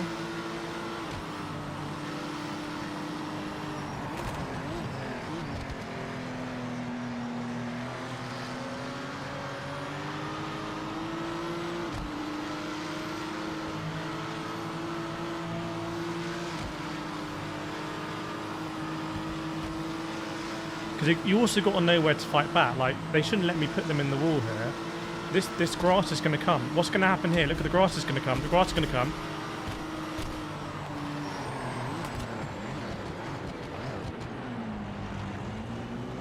If I block him... Oh, no. Okay. That's fair enough. The AI looks better than yesterday. It's still abysmal. I don't know whether it's abysmal. I'm not sure what the vibe is now with the AI, because before it was pretty. You knew what you were getting. The AI was going to. We talked about it from a karting perspective. When I go karting, if someone tries to move up me, I'll just turn in on them if I know that I'm going to be fine and they're going to spin out. That's just a dark. Maybe no one says it, but we said it on stream with Sam, professional karter. That's just a dark arts of karting. If someone puts their nose up the inside, we're just going to chop them up all day, even if they technically got the position. And it kind of felt a little bit like that. Now I'm not sure, like, are they compliant? Are they not compliant? I'm trying to work it out. I feel this is better, though.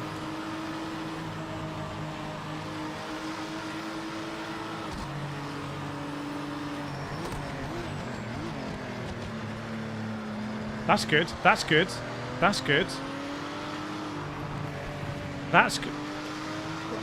That was good. Because some of the best racing I've had in my sim racing career has been at Monza online, going side by side through Ascari. So that's good. Aggressive and gets at it. F1 says the AI is not great, but it's raceable now. Gooch said AI is good. Rich, AI looks good. I think AI is subjective because we all expect different things from AI. Like I was saying, I think some people, if you come from Gran Turismo, you are not going to expect to have to warm up your tyres. And that was clearly a big issue with the game, was that it didn't tell people you need to warm up your tyres. And I blame the game for that if you're trying to go after a Gran Turismo crowd by launching on PlayStation. Some people will also expect the AI to kind of like be a bit more compliant. Some people will expect the AI to not be compliant. So it's kind of... So what you do on like ACC is you have an aggressiveness slider. And on iRacing, you can... I don't know if it knows AI in iRacing, but now it has a variable band. And also, it has a dynamic learning band on it. Goody, nothing wrong with that at all. Danlock, prefer this than ACC AI. You have to blow on their ass and move out the way. Well, what are you running at 100% aggressiveness? Yeah, we'll do online later if it's working. I play these games mainly for the online. I'll tell you what, let's go in that Aston. Let's go in that Aston, because that Aston was not very good. Is this the default car for everyone, by the way? I don't know why they put the default car as one that just seemed to be pants. Did you get Rensport working last try? I haven't tried it yet. Welcome, Jose, Manuel Skilly. Welcome, Sean. Welcome, Francesco. 8-bit race room AI isn't the best enjoyable race. Gucci's really impressed. In fact, just right now, because we've done a lot, we've probably spoken about the AI more than anywhere else in the world. Are you impressed or not impressed with this AI? Welcome, Duffy from Barbados. The boy from Barbados. You're going to be supporting Zane Maloney this season? Impressed or not impressed? What do you think?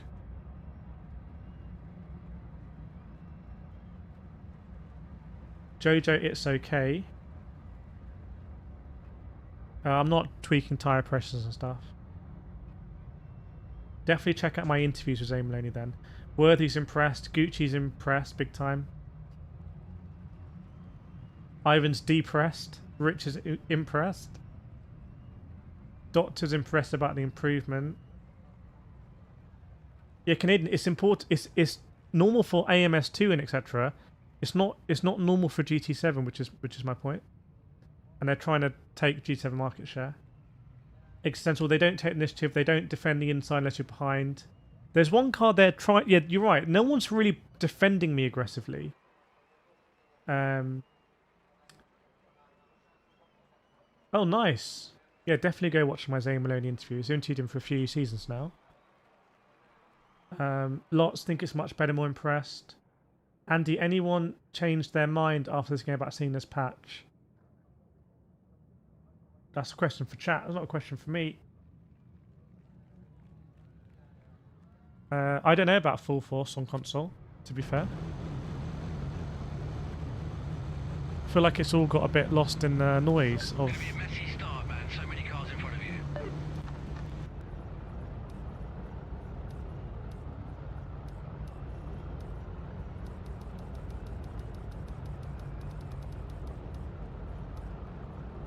you. Ooh. Let's make that car a bit stiffer. Alright, let's see what's up. What comparison is it better? The AI seems to be more malleable. Right, this car was horrendous.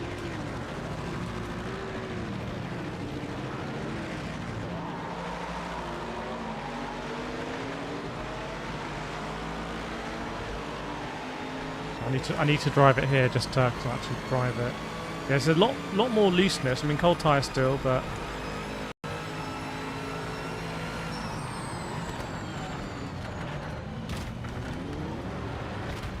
again, I honestly don't think this is too bad. In ACC, both. Oh, okay, that's bad. What's happened? Well, why are you doing that then?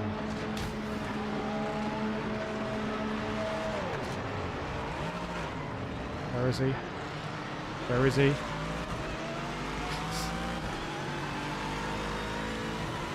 That's a really good way of putting it. The GT Aston Tilfels has weights attached. Because some of them feel like they have so much kind of like sloppiness, like it's like driving a brick. Anyway, I haven't driven this enough yet. I haven't redone any corners.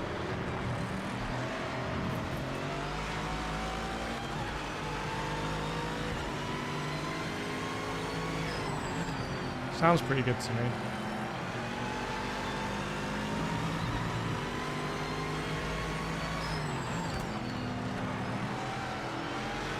I think this is better. I can feel what the car's doing. Might be because it's Monza. I think before we were doing Spa and Interlagos, but there's interesting. There's still more of like a kind of dead area in the middle than the M4. It feels like. So he must have backed out there. He must have backed out.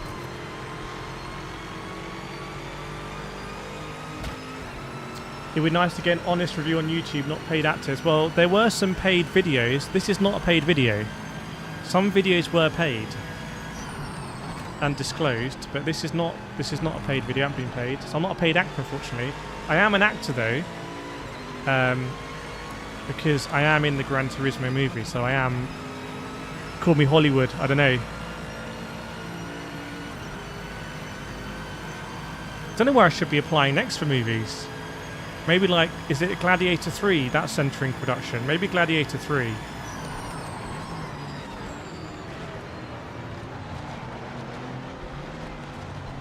Oh, I feel like I saw a lot of angle. Yeah, Duffy knows. I think penalties, they said in the patch notes, penalties the first one you get a let's try it. Let's try it. But I don't feel like lowering any part of the EQ would help. We can try it. Yeah, we didn't get anything there. Thing is, it also didn't say warning, and also I was lifting through it, but I definitely gained time. We'll try and cut Ascari. Yeah, this is still not my favourite car to drive. It feels like I don't really know too much what the front end's doing. You can see like I'm just like soaring at the wheel. It's not my style. I didn't get a warning there though, so let's see. Maybe because I lifted off.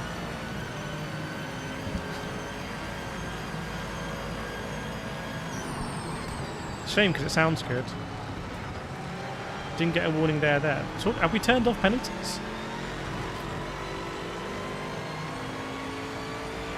I don't think we turned off penalties. We've never turned off penalties. We'll cut time 1.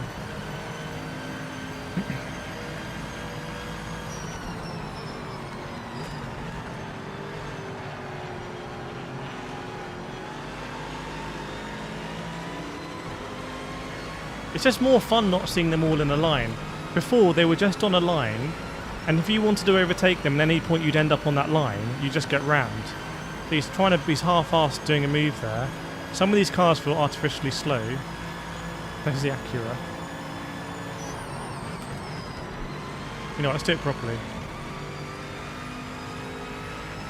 Okay, so we've got a warning. Now that's an exploit. That's what I mean about my parable with the snakes and the frogs and everything, because they fixed the frog with a massive load of snakes. Can anyone spot a small problem with that system online?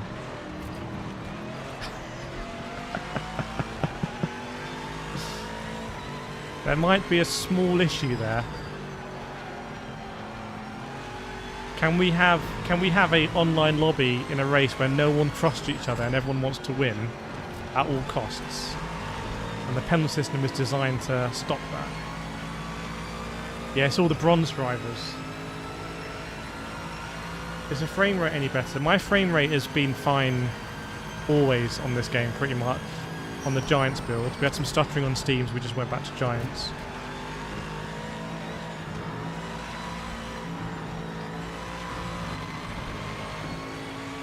Yeah, joke. This is actually the official Rallycross game.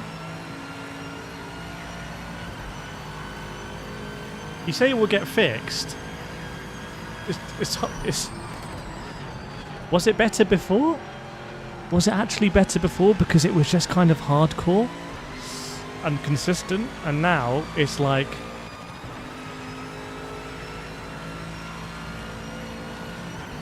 you know, these things happen. Right, let's try and go online, shall we?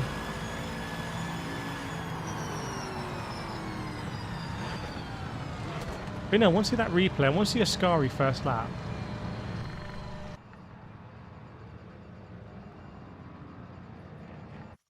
Is it, by the way, can I ask you, is it better to have kept the 2-second penalties on very strict track limits for everyone until they had worked out a genuine better system, or is it better of like the 3rd day of the game, I think, to give everyone an amnesty on the first track cut, which means you can do crazy things? I'm sure at the Nürburgring, the Nürburgring GP, you can do crazy things. Is it better to rush that in without thinking about the consequences because every YouTube influencer is just trying to burn your house down? Or would it have been better to wait? I think it would have been better to wait, because that was the philosophy they had through 3 years of development, was that we're going to make a very strict racing game with strict rules and everything, blah, blah, blah. And it's even written on their website. They have a page on like the 8th page. I've read their whole website where it says track limit penalties are strict in this game. You can't get away with, I think it says, doing things you can do in other games. That's what you get when everyone moaning. Exactly. What happened here?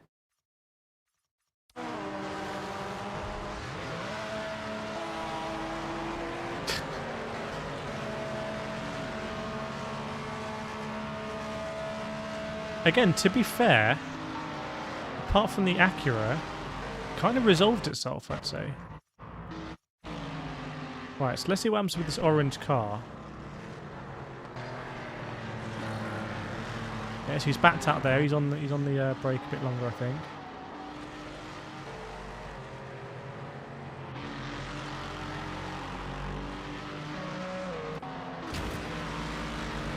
So I think this Aston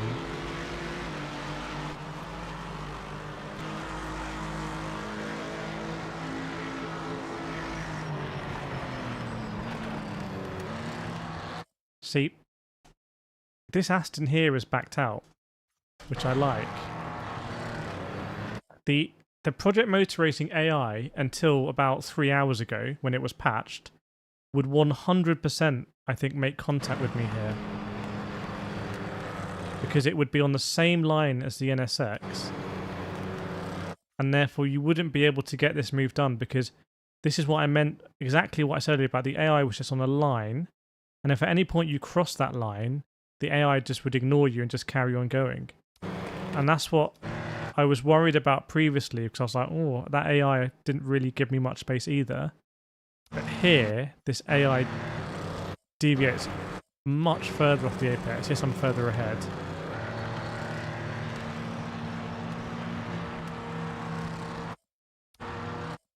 So there's a nice bit of margin there for me messing up and everything. Obviously, it's a fantastic overtake. It's one of the best overtakes I've ever seen at Monza, frankly. Being that close on track limits is just phenomenal. Using the slip angle. That Max Verstappen would be proud of that. It's just like literally a few millimeters on my right rear. Keeping me in FIA track limits. Phenomenal stuff. But then when we assume the line here as well, I thought there was going to be a crash here. So I thought here there'd be a crash because this car, the line is to open up a little bit at the right-hander, and therefore that means that he's going to be coming into my space.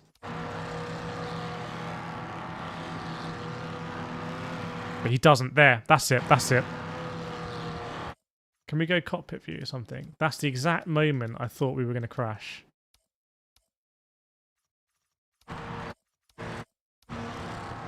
I think some of you might have seen it. We're going to crash, we're going to crash, we're going to crash.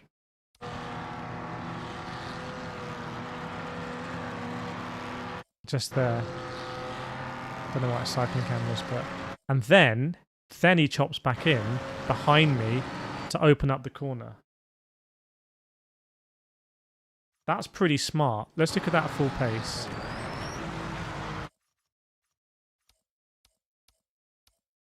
That's pretty smart in my book. Because I'm all over the shop here. I don't know what I'm doing. I'm waving about.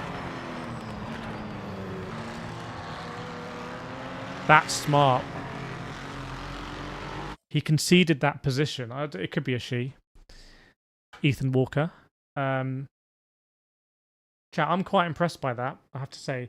That is a massive difference to what we had before. And I said in the video yesterday, I made a video with a yellow thumbnail. I said, if their AI, there's two things. Either their AI is not as good as they say it is, and it can only drive on one line, or their AI is as good as they say it is, and therefore they'll be able to just change a few parameters and make it more considerate of cars. And I think that's what they've done.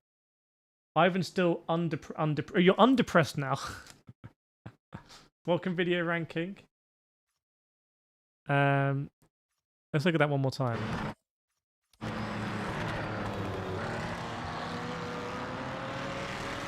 That might seem like a... Why is he playing it so many times? Right, that previously would have ended my race. And I would have been, oh, for crying out loud again. Did anyone see the Silverstone races yesterday? Do you remember Silverstone in Korea? Where we were like, you can't afford to get damage. Because again, in the single player mode, even if he doesn't spin you out, if he gives you damage, you're like, oh, there's no point doing this race now because I'm going to be in debt finishing this race. Walmid's got a game for you to play. Very nice. What is it? AI is definitely improved. Still wrecked me. Right, let's go online. Let's see what the real AI people are like.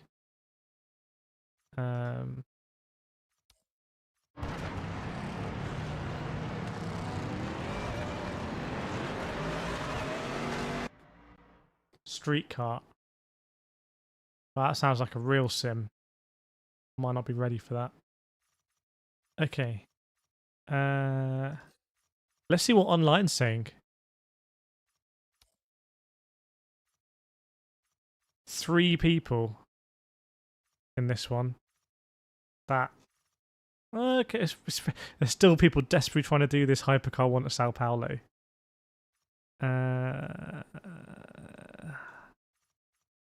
Okay, Still very spread out. There's no one. It's a bit embarrassing. It's very embarrassing, I say, actually. What about social? What's social saying? We've never been able to get into this race, chat. We've never, ever been able to get into this race. Okay, let's do the Lime Rock one. I feel like I'm having deja vu. Let's get a different livery on it at least. Let's get the Nathan Maximum livery on it. Spacey Nathan's livery.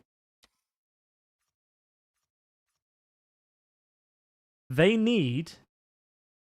I know they're listening. I know they're watching. They need to put us into a practice lobby now, because the practice lobby, the track environment and the vibe is about 1 billion times better than this. Like, whoever made this is cool, great, but the track environment is 1 billion times better. So just bin this at this point from here and put us in track environment, because this is just depressing.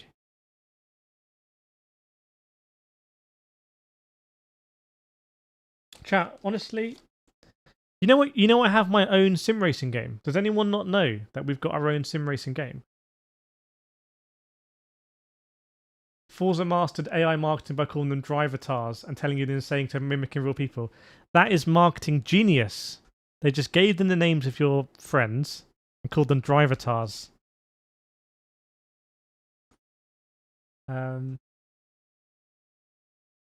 I'm at the point now where I think I can say, for £30, I think this, on my equipment, this is good for £30, I would say. And I would have I'd have absolutely no qualms recommending this to someone who's got exactly the same setup as me, so I know it's going to work the same, for £30. Because this is boring. This is like dull. Just watching this figure go down. Average. It says words like average on the page. It's not inspiring. Average. With the worst car in the game. The slowest car in the game. And like for some reason it's got square brackets here. Launch and square brackets. Why? And it's got north in it. Don't know. Average. There's only 3 players. Oh god, everyone's noped out of it. Everyone's jumping in this one. Let's jump in this. But now there's 11 players.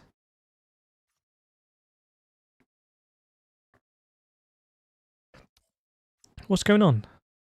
Now it's 1 player. What's happening?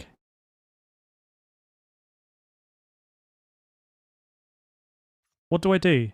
I'd rather do this than Nordschleife, because I feel like this is going to be a better, like, closer race. But if it's 3 people, I'm quitting out of it.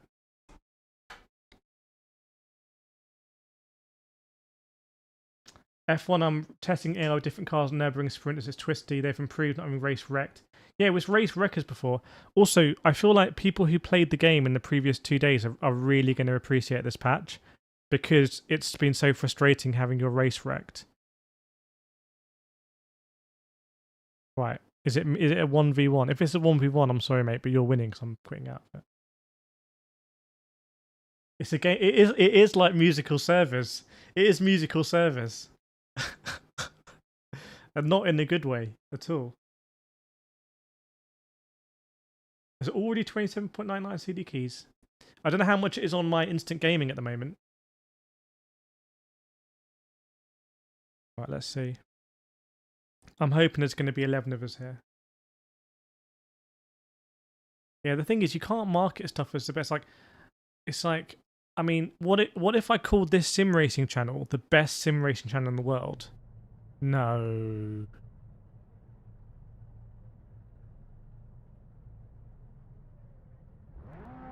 Go on then, I'll race ya. I'll race ya. Go on then. You're not beating me. All clear. You're not going to beat me.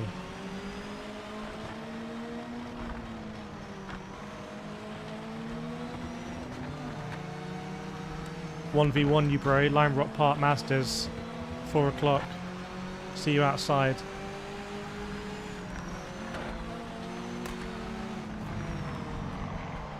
Yeah, that's just a taste. That's just a taste of what you're going to get in the race. Look at you all shaking around, terrified. Ugh. Get used to it. Driving for your clan. Oh, it's a bit heavy on the brakes there, mate. It's quite a lot of brake. You sure about that? Oh, I forgot it's a social lobby.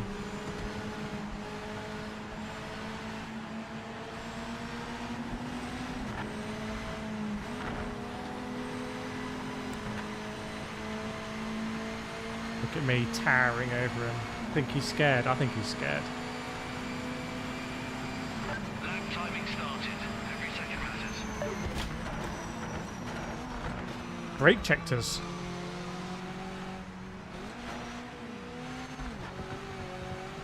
We did end up a little bit inside him, Mr. Bacon.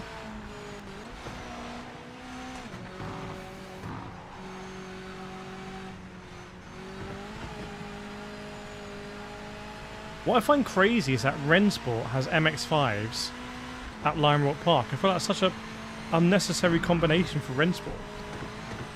Rensport, in my view, should to just be GT3s and such like.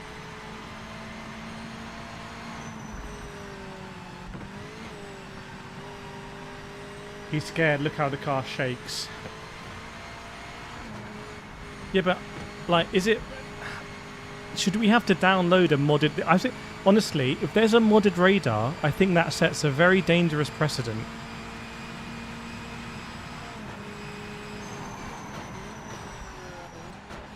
That sounds like the most dangerous thing that could happen in sim racing. We went from full games on launch to early access games where like stuff doesn't really work but it's okay because it's early access, to now we're going to have full price games and stuff will just be modded in by modders. It sounds a bit mind's eye. What do we think about that, chat?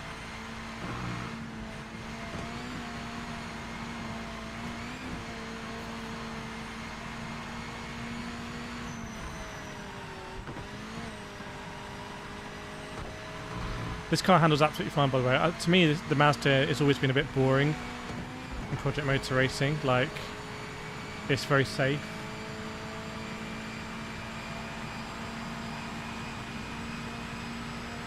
Alright. Deal with that. Do you still get your track limit warning for free in qualifying? There's quite a big track cut you could do here. Let's find out.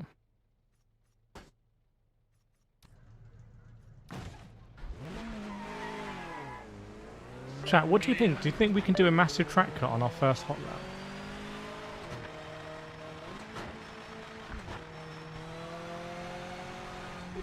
By the way, is it just me who finds it insane there's nowhere on the default HUD about hit limiter? That would be me like saying, I'm opening up a new YouTube channel, it's going to be amazing, it's going to have the best sim racing content, new channel, best sim racing content you've ever seen, it's going to be world class, it's better than any other channel I've seen.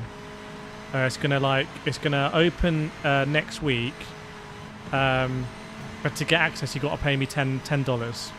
But it's going to be honestly, it's going to be the best. You're gonna regret missing out. Don't miss out, okay? But all this nonsense.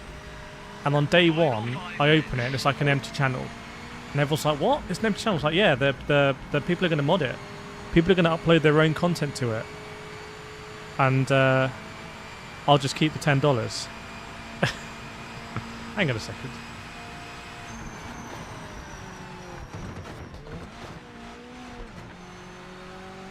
That delta to me seems suspicious. Alright, let's see then, chat.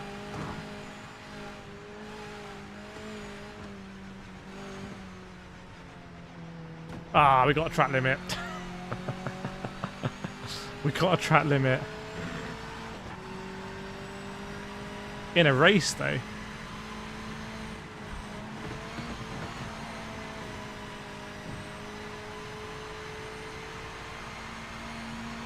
By the way, Bacon hasn't set a lap yet.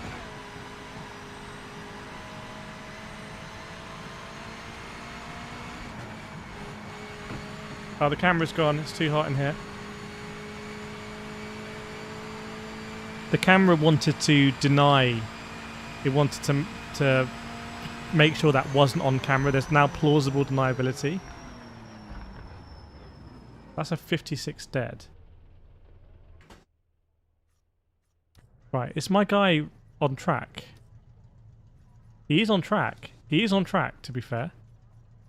I can't see him. Let me get the camera working again. 1 second. Let me get the camera.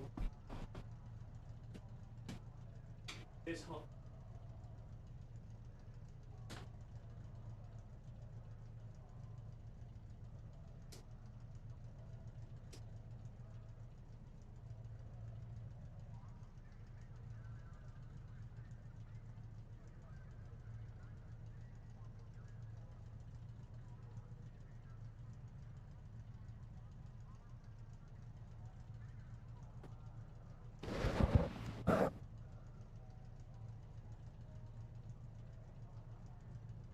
Ironically, is the game playable now? Ironically, if it turns out they've made the AI better, but a lot of people have cancelled, refunded the game, etc., and because of that, it means the online is not populated like this. It means the online is going to be is going to be unplayable because there won't be lobbies. But I want to be clear, the game was always playable for me. If you look at my streams, I've played the game a lot. I haven't been like, oh, this game's unplayable, I can't drive the cars. Like we've factually driven the cars a lot. But I can believe that on console it's a completely different story. I got a feeling, unless this Bacon dude is really sandbagging. It's crazy nowadays to have companies release like 10 a penny. Yeah. How do GT3 and LMDH feel? Feels looser. They've added road feel texture. And it feels like the tyres warm up quicker. Oh, that's nice and fresh now. Can't play on Xbox, too many frame drops. Take a video and put it in our Discord. Yeah, by the way, if you ever see any reviewer play a game on PC and see that it's going to be the same on console, honestly, I would treat console very differently. That's like me playing a PS2 game back in the day and saying, oh yeah, the PSP version is going to be amazing. This online experience is terrible. Like, from not knowing how many people are going to be in the lobby to now, I don't know where my dude is. I don't know where he is. LMDH is bugged. Don't think so. Then if LMDH is bugged, we're the best driver in the world because we've been driving them.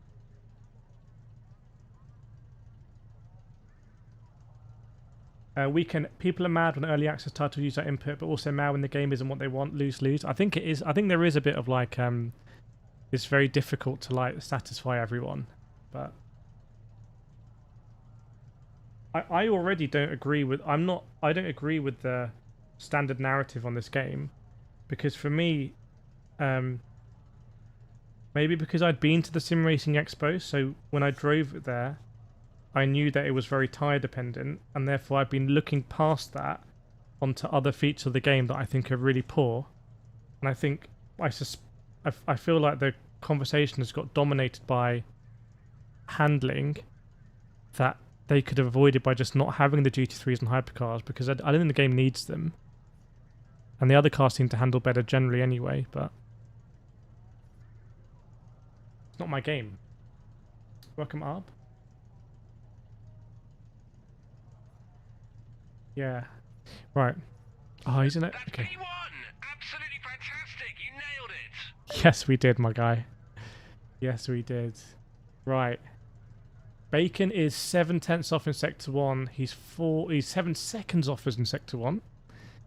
He's 4 seconds off in Sector 2. And he's not that far from Sector 3. Okay, let's see what he's got. Blitz when shifting up the RPM sticks doesn't drop. Yes, yeah. No, you're right. You're right. I had that in the Valkyrie. It's a bit of a lonely grid. Good luck, mate. You can do it. Win's a win, lads. Win's a win. We just got to go over the line and we win. Ready?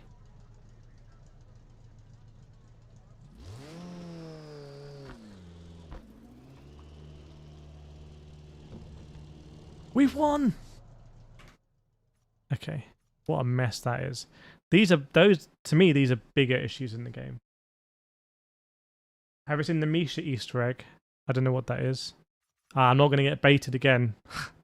Not going to have me that easily. Also, for a social race, 10 minutes quali is too long. I would be amazed if that doesn't come down. It should be a one-shot quali. What's rank saying? What I was saying is that I kind of have maybe been a little bit ahead of the handling conversation because I was driving the game at Sim Racing Expo. These are big issues for the game. This game cannot be successful, I think, with these issues. If I want to drive in this rank now, I've got to sit for 7.5 minutes. And Rennsport has the same problem, which I find crazy. Like, I should be able to do this and go into a lobby and start practicing. I don't want the qualifying times to count like Gran Turismo, but I should be able to go, like, I'm just going to look at the back end of the Mazda for 7 minutes. So for me, that's all. To me, that's unplayable is a strong word. It's almost like a meme word. But to me, that's enough that I'm not playing the game. I haven't been playing Rennsport, not because I don't enjoy the racing. I actually do enjoy the racing in Rennsport. And even when I was really memeing Rennsport years ago, when I actually downloaded it on Epic and I went racing, I was like, oh, the racing's actually quite good. I quite like the racing, and it's like a Gran Turismo experience. But the reason I'm not playing it is because I don't want to just sit around waiting like this to race 6 people. Like, to me, this is not broken, but this is not good enough for me to play it.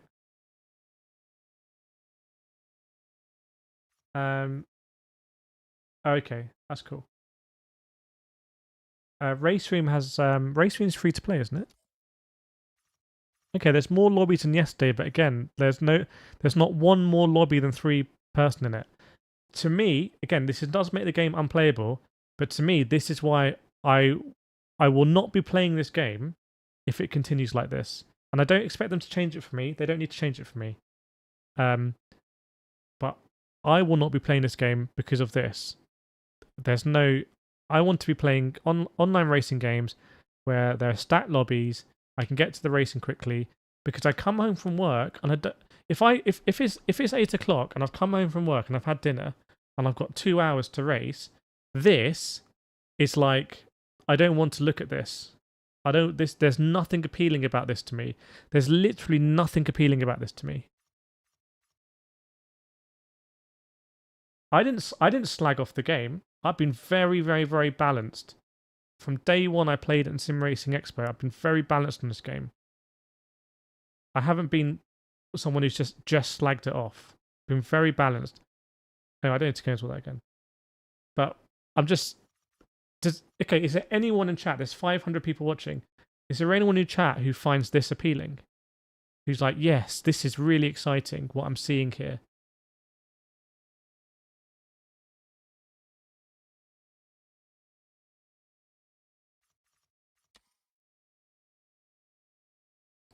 Ken, I know that I've been very fair. That's the thing. And if you've been watching the streams, you know that I've been fair. So we all know that I think, because I happen to be looking after my baby, I've happened to have the time. It's been very interesting for me to do a very fair thing where I can dedicate time to a game. And like, this to me, this is the AI like doesn't actually matter to me. I've said in Rennsport, I don't care that the AI is bad in Rennsport because I'm never going to drive AI in Rennsport. I never drove the AI in GT Sport. Apart from to maybe complete the game, I never drove AI in GT Sport. So that, for me personally, that whole side of the game is not relevant to me. Now, obviously, I'm going to review it. I'm going to see if it's good or not because for my 120,000 subscribers, it's very relevant. I know most people are going to be doing single player on a controller, probably on console. And I know that because of Gran Turismo. So even though in Gran Turismo I prefer the online competitive element, I know that the majority of people who play Gran Turismo don't do more than like 5 online races. How do I know? Because I look at the achievements. It's all about the YouTubers not getting paid enough. Who's getting? Well, some are getting paid. I'm not getting paid at all. I'm not getting paid at all. Which is very refreshing because it's good for you. It just means that I can just, you know, that's actually a good thing. No, this sim would be for me. If these lobbies were populated, this sim would 100% be for me because I like GT3 racing and I like GT3 racing at Monza. So, you know, if there were populated lobbies here, if I went on Gran Turismo, I can set up a lobby and we can be racing GT3s at Spa, at Monza, custom weather. We've got all of our custom liveries in there. For me, that's the benchmark. Giants aren't paying them enough to big up the game. I need you as an agent. You may have been fair, but lots of big influencers have not been. And I don't necessarily blame big influencers because Project Motor Racing didn't make it easy to understand the game. And again, I kind of respect that. I have never received a reviewing guide for this game, to be clear. Like, I got a key and they said, go at it, just don't give it a scored number review. And that's very refreshing. And that has, I think, enabled me to give a lot of honest feedback because I've had the game as a press version. And I've just been able to stream it and say whatever I want to say. You know, there's a different universe, by the way, where Project Motor Racing didn't give any keys out to anyone. Right? What would that have been like on day one? That would have been very different. Because I just think the hype there, me streaming this game, and we're just a small corner of the sim racing internet, I think me streaming this game has lowered the hype on this game. That's what I think. Because what you see is what you get. Like, this isn't some curated thing. I'm just playing the game and telling you what I think. All the reviews that came out for influencers, I think, should be commended because it's great that we have a sim racing community on YouTube where people will tell you what they think. Right? Can you imagine if everyone came out and just pretended to like the game? Because there are some industries on YouTube that are probably like that. I cannot buy camera gear, really. I need to buy a new camera because this camera keeps overheating, right? They're relatively expensive. This YouTube channel doesn't earn a huge amount of money, so it's quite an important purchase. It's very difficult for me. I would say it's almost impossible for me to get accurate camera reviews on YouTube. Because everything is just like, I can't get into it. Same with like laptops. Whereas on sim racing, everyone knows that every viewer knows that this game is not as good as it was marketed. No offense, but I could stream a lot of stuff. Like my sim racing show from today is mainly about ASETEK, and that's getting probably more views than this. But I do agree with you that if someone wants to make a quick video to get views, you could make it on Project Motor Racing saying this is all terrible. Yeah, we're now a full-time Project Motor Racing streamer. But I'm being very honest with you. I'm not going to be playing this game if this is the online scene. Like this is no joke, right? This is not my job. This is a hobby. I do it because I enjoy doing it. I will not enjoy coming on here and looking at that. This is the same as the Mazda race we just did.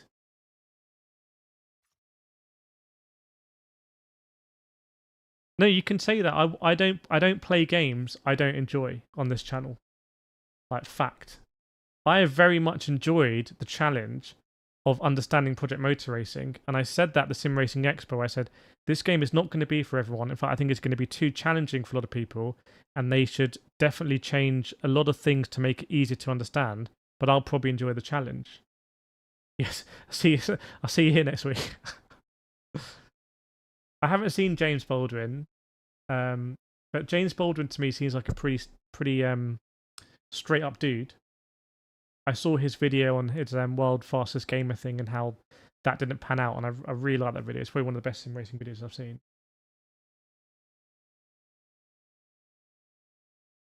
No, I don't, Nervsy, I don't agree with you. Your comment says, I don't know if you've seen my comment, but this is showing you lobbies, not races. I know it's still terrible, but it's not a true reflection of the online racing right now. I disagree with you. We went into social, we went into a Mazda MX-5 race that purportedly had 11 people, and we ended up, and there was one other person in the race, and they didn't set a qualifying time, and they didn't start the race. Okay? Then if I go into the only other element of online which is ranked, the biggest race at the moment has one person in it. So I 100% disagree with you. Online racing on this game is not populated, and that's a game breaker for me.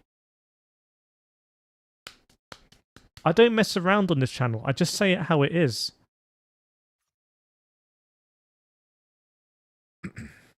Rent, the only reason I got this game was multiplayer ranking. Sorry if that came across as a little bit harsh, but I'm getting a little bit fed up of I think I've been too polite previously and just sort of so anyway, yeah. Yeah, F125 lobbies will be better than this because they will be massively populated. You can't join lobbies that are actively racing. That's a big problem. If I can't join lobbies where they're in practice, that's a problem of the game, and that doesn't interest me. This screen doesn't... Oh.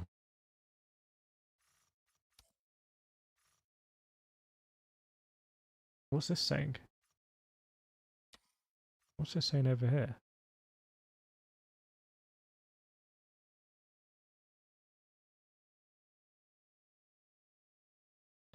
You know what? I'm going to create my own lobby. I'm going to create my own lobby.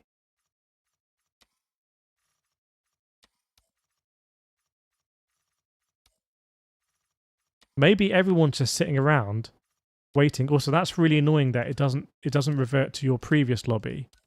It just it takes the last one that you looked at. It's kind of a bit weird. All of this stuff.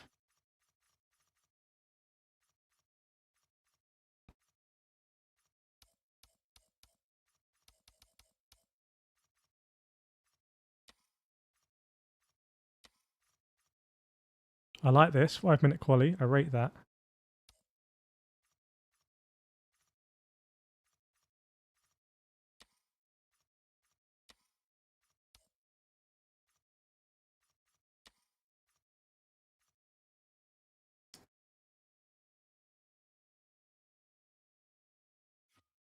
The amount of lobbies for ranked was super optimistic, even if the game was decent at launch. Nervsy got roasted. I'm sorry for roasting. Gucci, I'm impressed. I'm not a sheep. Yeah, I think there'll be a big counterculture. I've already noticed a counterculture with Rensport. I've seen plenty of people come into the stream saying, "Oh, Rensport patch has made it better." So you couldn't say that. You couldn't say that 2 weeks ago because everyone would be like, "Oh, you're a Rensport patron" in the comments. But now you can say it. Quality of life needs mass improving. Yes, it does.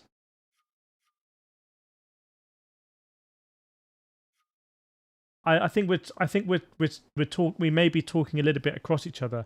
I think I'm entitled to say this doesn't appeal to me, and you might be right that there might be 1 billion lobbies already in progress, but that is irrelevant to me because when I come home from work, I'm just going to look at this screen. I'm not a full-time YouTuber, so I can't sit all day and like. So I think maybe we're talking a bit across each other, but doesn't help that it's 12:30 a.m. Is it 12:30 a.m.? Oh my god. How long have we been streaming for? We've been streaming for 2.5 hours. Oh, someone's in the Alpine.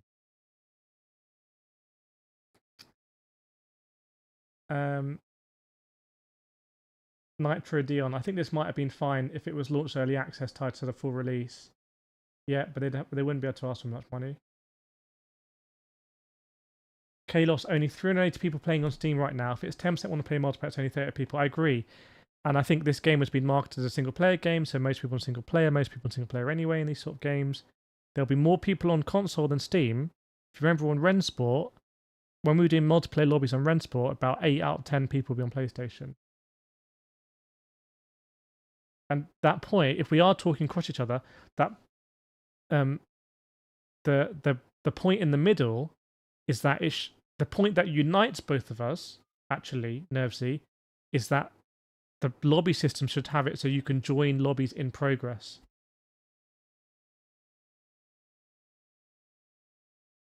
Are we going to get any more people than this? I mean, this might be the whole player base. You know, I might do the thing where I ready up and then I unready. Just to like, people can... Do you know what I mean? Just a bit sneaky. I'm gonna... Don't tell it I'm gonna unready this at like 30 seconds. I'm gonna ready it again. Oh yeah, the 70-person lobby. That'll be okay. Yeah, like, if some of these have like practice sessions, you should be able to join until the race starts. You should be able to miss qualifying or have it as a lobby setting. Allow people to join after qualifying starts.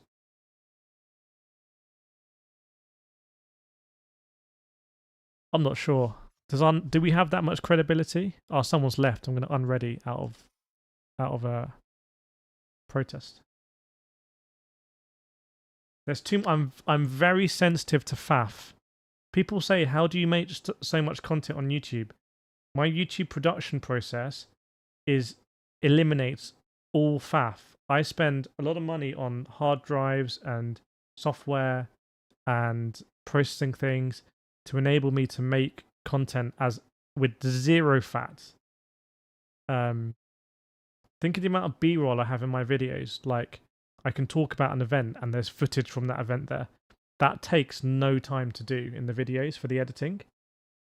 So I'm very like, I don't like, some people might like faffing and that's fine. Some people, and this is absolutely fine, will like being on the screen and spending 5 minutes cycling through the cars. That's absolutely fine.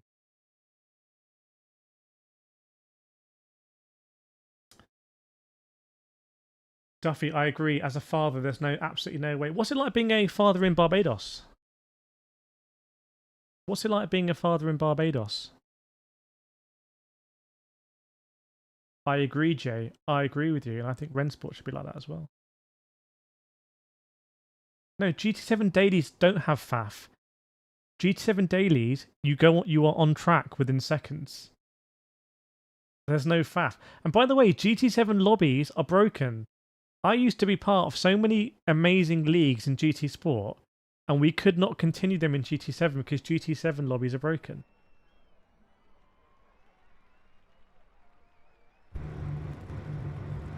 I don't like mobile games.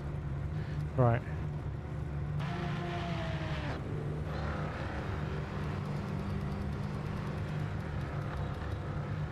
Oh, is it a 15-minute race we did here? I know this is quali, but anyway.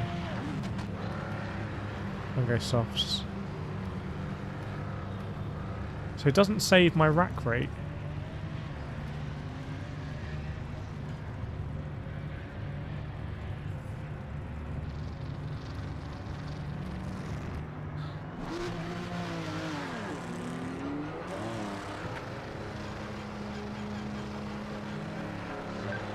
Here we go. We're in 11 lap. Monza GT3 lobby. This is right up my street. This is only 5 players left, 5 players less than in Gran Turismo. So, you know, let's see what this is about. Someone might even be in a hypercar just on their own.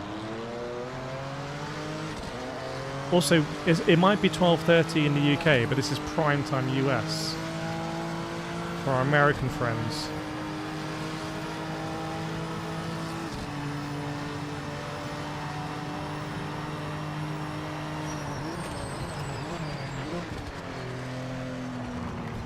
He looks like he's got the same understeer that I had in the Vantage.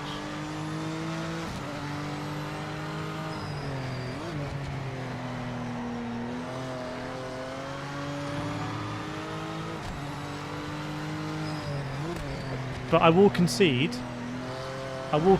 that you are correct. I didn't know it was 12:30 AM. Obviously, having a young baby, my concept of the clock is you may as well just like literally just it could be any hour of the day right now for me. So you are completely correct that it is. Let's see. No, you're right. You're right. Because if I went on to GT7 now in UK service, is this global service working friendly? It can be expensive. You go down to Bushy Park.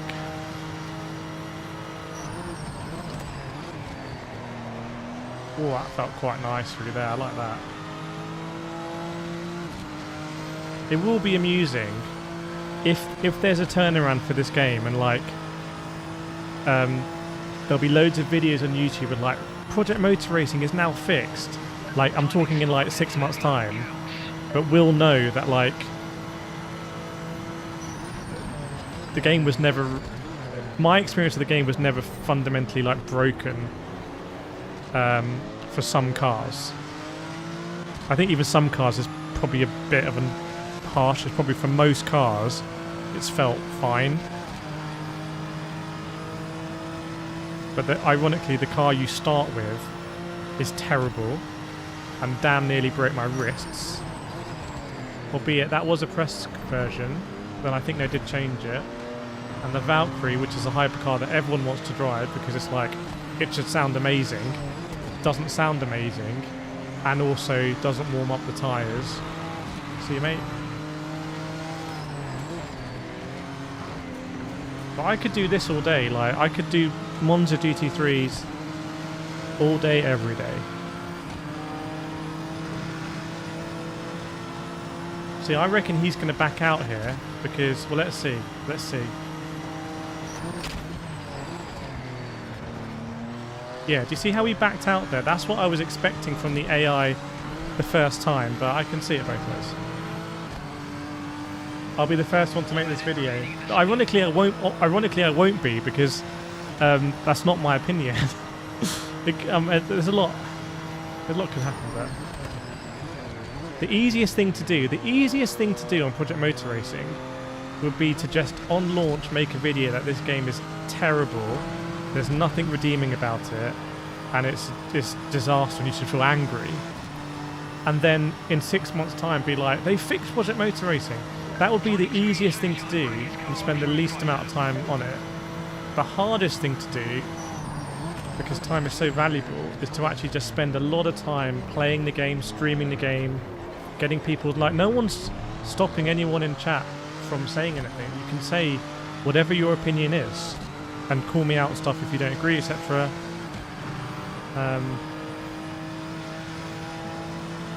We know we could do 48 set, can't we?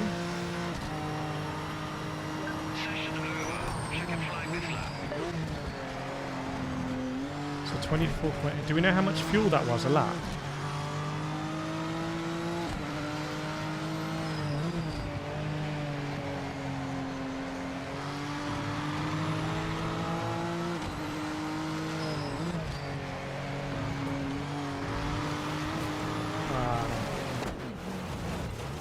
Oh, nice one. Bushy Park.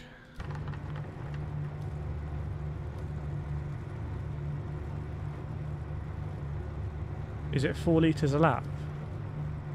15-minute race. 2-minute laps, bit less than 2 minutes. 2 minutes, 15, 7, 8 laps, 9 laps. Like 36 litres of fuel. How much have we got in there? 36 litres? I don't want damage because I personally want to like have close racing.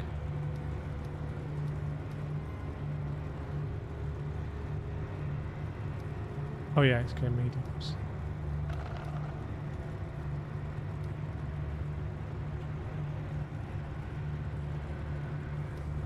Okay. Yeah, there is visual. Actually, I don't know. The damage, the visual damage when the damage is on is actually quite nice. Much better than Gran Turismo.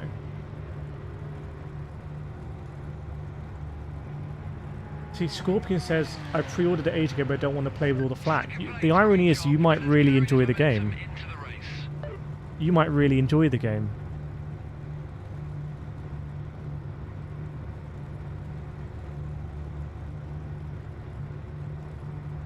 This is cool though. We've got a Brazilian, we've got a Swede, got a Lithuanian.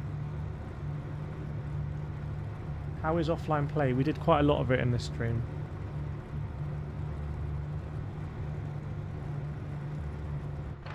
I don't understand why you wouldn't play it if you bought it to try with your own eyes. Can you explain a bit more, like why you haven't played it? Have you been put off?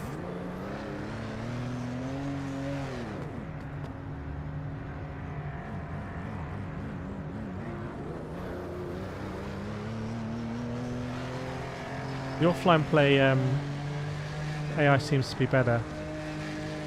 Seems to give you a bit more space.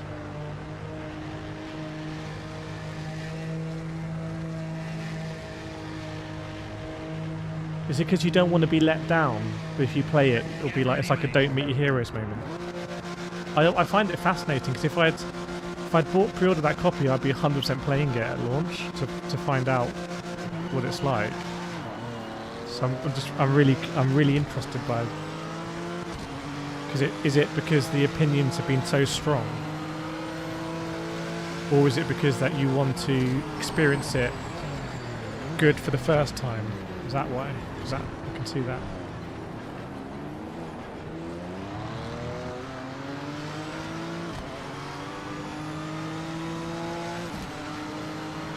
Time of day's really progressed here. Oh, we got the curbs.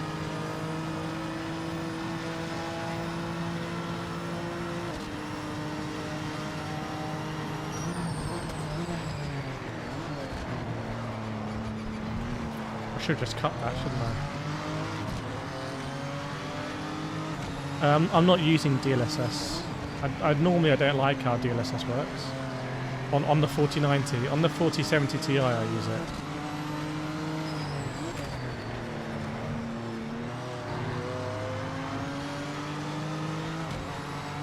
I would advise you to drive it now, honestly.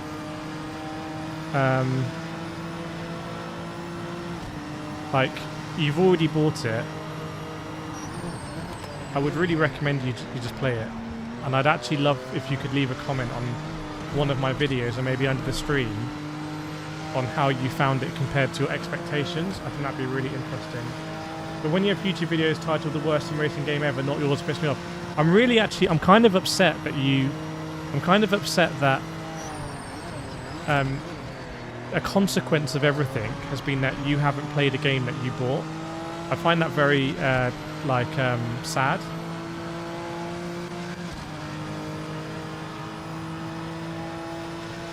Because I already think there's a tinge. I said this yesterday. I already think there will be some people who cancelled their pre-order who actually would have enjoyed the game, and they definitely be enjoying it as it is now. But now, because they cancelled their pre-order, logically you're going to be like wanting the game, wanting a reality to exist where the game is bad, because then it means you made a good decision cancelling the pre-order. We're humans. We're like that with everything. It's like, let's say I've got tickets to go to a football match, but then I can't go to the football match. I actually want the football match to be a boring football match, because I didn't have tickets. So I don't blame that with anyone who cancelled their pre-order, who's like, oh yeah, it's a terrible game now. But you're in a different position because you didn't cancel your pre-order, but you're actually not playing it, which I find fascinating. You also bought Rensport.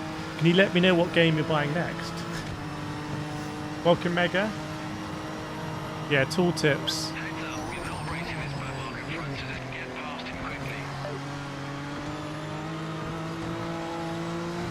Maybe Hayden's on the soft tyres.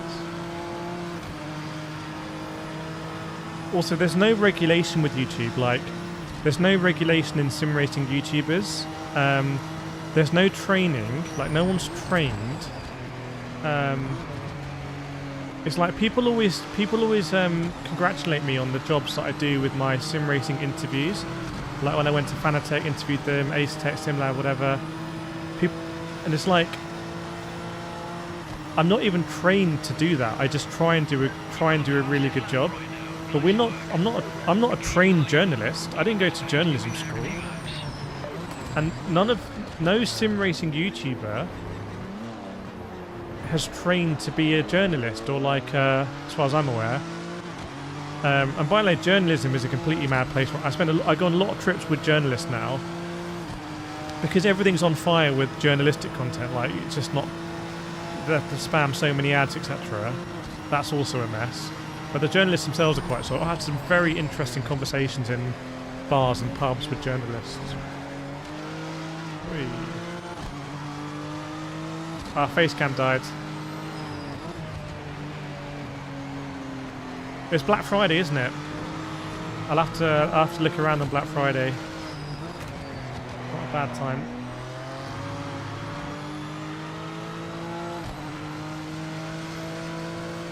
Yeah, when I'm looking tomorrow for cameras to buy to replace this camera on YouTube, I'm not even going to look at YouTube that much for cameras. I don't trust the YouTubers in cameras.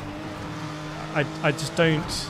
That sphere, for example, 360 cameras, DJI, GoPro, Insta360, and I have an Insta360 next to me. I've got loads of DJI stuff. I've got a GoPro. I bought from all of those companies. I don't trust any of the reviews on any of those products, and that's gone into a whole world of those videos on day one. They're both reviews and they're paid for. And to be fair, the YouTubers are all earn a lot of money, and that's great. Whereas I think there were only a couple of paid Project Motor Racing videos on day one. All of the other big YouTubers you saw make videos, they're not being paid to make them. So it's almost like, but then it's nothing stops a YouTuber from making a video on Project Motor Racing by only driving it for an hour. How do you have 105k subs and only average this many viewers? Let me know who's streaming sim racing on YouTube right now who has more than 400 people watching. How many people are there? I would wager that we're in English language, that we're probably in the top 10. So I don't know what kind of comment that is. It's quite a decent battle, this. I wonder if he is in subs. Welcome, Andre. How's the update? Yeah, the update is better. It's not a game changer. It's made some improvements. I think it's made the cars easier to drive, and I kind of thought this might happen. We haven't been using tyre warmers, but I can see that helping massively. The AI is definitely a bit better at understanding where you are. Stylistically, it's arguably less hardcore now. I think they've made the game less hardcore. And given that, whoa, he says, what I was about to get onto is that there's some elements of the game that seem needlessly hardcore. I wonder, for example, if the tyres are now gonna get too hot. Now we will see, because I haven't been driving the car stupidly, so this will be the same for everyone. Unless people on the hard tyre, drivers ahead are also going to have that issue, so let's see. It'll be interesting to see.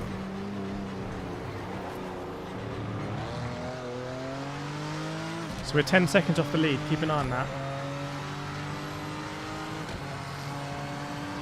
Yeah, you know what, I would like to do a wet race actually.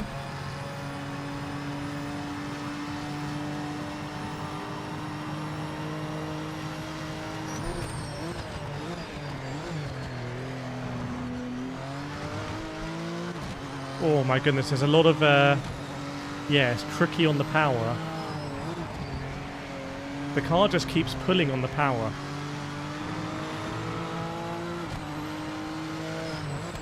Like here, it's going to be easy to go into barrier on the right hand side. 9.3, that gap to the lead is coming down, by the way. Welcome, Josh. Yeah, I think this does look good.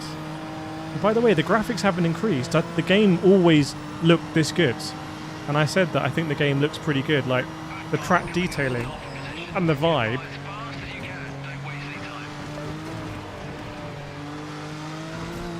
I think it's a leader in a little bit of trouble. There's a huge grey area right now with YouTube and content creators being paid to review. Yeah, cameras is like that. I'm pretty sure health technology is like that, like health tech. Because there's no established... Like, I pay for a studio, right? You see me shoot a lot of videos in the studios. I pay to review products in a studio where I'm not paid by the brand, and also I review a lot of products where I don't even have an affiliate link, and I genuinely think a lot of YouTubers in other genres would laugh at that. They'd be like, what are you doing? But I do it because I'm genuinely a fan of sim racing, and I like trying out this equipment and giving my thoughts on it. But so sim racing is quite old school. It's a little bit like with Rennsport when they added in those paid liveries. They are completely optional liveries, but that was enough to get battered. That was enough, you know, for like, it's irrelevant how the game is. It's got optional paid liveries. And I don't have a problem, I think, with that reaction, because I don't want to see that become normal in sim racing. But on the other hand, that is normal in like other games. It's completely normal in like Battlefield and Call of Duty and Fortnite that you have these skins. And they don't affect performance, it's just a way to show off. But I think it showed that sim racing is still quite like protective of itself, and that's not that's a good thing in most areas, but you can also see why it had bad consequences. I actually think Rennsport should have just deleted those paid liveries for an easy PR win. I can't imagine they're selling many, so why not just delete them?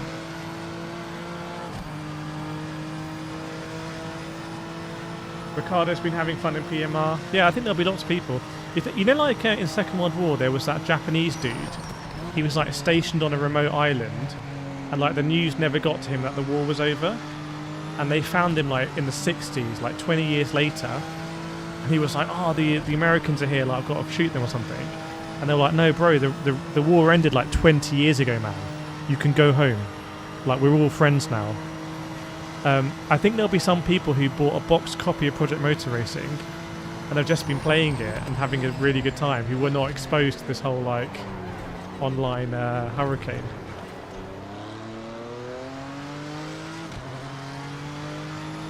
Basic Ollie made a big song and dance about Rennsport 5-minute review. Yeah, but I don't blame. I used to race Ollie was my teammate. He was all when I was in the team. When I was in the same team as him, he was really like pushing us on pace and pushing us on practice. Like, I think he's a big iRacing dude, right? So he's all about performance. I don't think Rennsport or Project Motor Racing is probably a game for him, because I think these games are still too simcady, and they're not focused on that pure online element. I'm still a Gran Turismo kind of like fanboy, so the more simcady something is, better for me.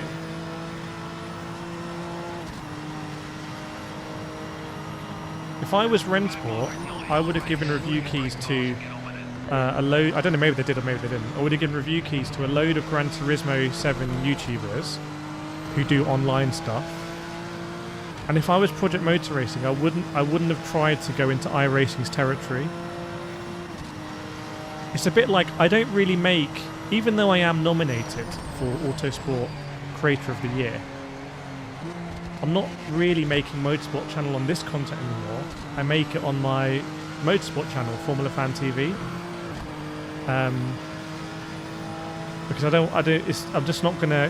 The Motorsport content doesn't perform as well on this channel. I just stay out of that lane here, and I feel like Project Motor Racing should just stayed out of iRacing's lane. If you want to bring the fight to iRacing, you got to hit all of your marks. I said this to the iRacing CEO on Twitter. If you want to beat iRacing, you've got to hit all of your marks. Oh, I don't like the electric Porsche on Rennsport. Is it the Mission R? I really don't. I don't like it because I can't hear the gears. There's no gears.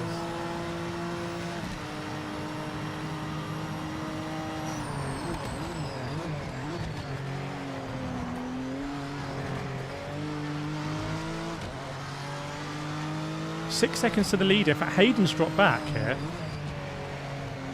What's our tyres saying? Maybe the ambient temperature has got colder as well.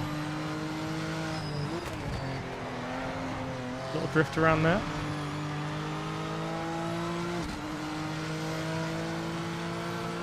The other thing about sim racing is ACC is £10. If you want to come to the party, if you want to get into the club, you've got to bring something that's better than ACC for £10. If you're bringing something that's 7 times more expensive than ACC, you almost have it to be 7 times as good. That's obviously an exaggeration, but there's some element in there. So we'll get another lap here.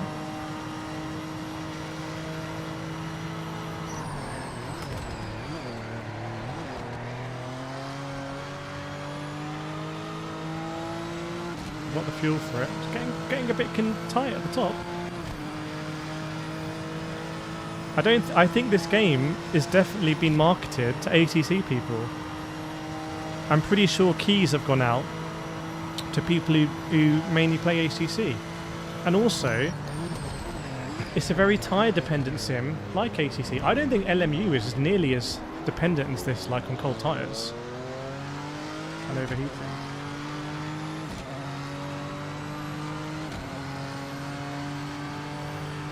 I have a feeling if you asked ACC players before launch, is Project Motor Racing a game you're considering, and then told them it's got all of the new GT3s,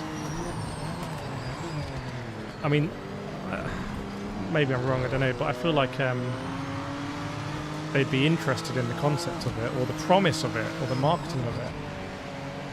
And also, 100% this game, I think, markets itself as a competitor to iRacing, with the whole thing about subscription-free racing.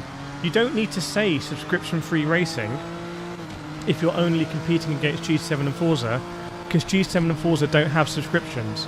So when you say subscription-free racing, you are firing shots against iRacing, and I said this directly to Project Motor Racing when they said that. I actually quote tweeted them, I think, and I said, shots fired at iRacing. And they replied back saying, now we're just fans of everyone in the genre. But that's the only reason you make a big song and dance about subscription-free racing. It's a bit like if someone made a phone and was like, and no, I don't know, can't think of an example where there's some big market leader. It's a bit like when Battlefield said, we're not going to do crazy skins. That was shots fired at Call of Duty. That's what I mean. Yeah, no, you're right, K-Bon. I try and make that point. When people say iRacing's really expensive, I say, do you know how much you're paying for your PlayStation Plus sub? Oh, Fernando, after patch and Forza playing them for very nice 4 hours of fun. Yeah. There's going to be a conclave of Project Motor Racing fans. That was fun, Ken. Were you in that race? But first impressions count for a lot. Right, chap. It's late. I don't understand how it's so late. I've got to be honest with you. Oh, I think the game might have crashed. The game's crashed. The game's crashed, and also my camera's overheated. So it's kind of like a nuclear bad scenario here. It doesn't get much worse than this. It's story time now. What if I speak like this? It's story time. Sounds a bit like Jason Statham. It's story time. Do you think LMU will be on console? I have no hopes for it. I just think it's going to be so compromised to be on console. Smiling decided not to send it back. Installing right now. Thanks for your membership, Smiling. Maybe Summit. I think Summit, that was more about classes. Didn't they do classes? But then didn't they remove like lock, cluster, and rotation? But definitely that skin one was shots fired at Call of Duty. Because Battlefield had operators anyway. It didn't have celebrity skins in it. It's only Call of Duty that had like Nicki Minaj and everything. My baby's drawing all the household energy. Baby's drawing all of my energy for show. I can't use an old phone. We've got 125,000 subscribers. I can't be using an old phone as a camera. I got. Sorry about that bump. Yeah, exactly. The old biological hardware here standing strong. Okay, before I end the stream, I want to ask a really insightful question, but I need to ask it clearly and what's the best one to ask. I've got one shot at this.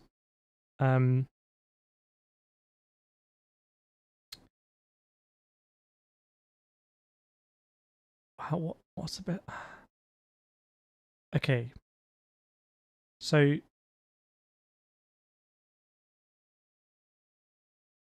I don't know. There's too many things in my head.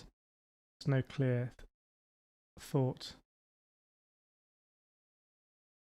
The answer's no. You don't even know the question, bro. Is Kireth not the best streamer in the world?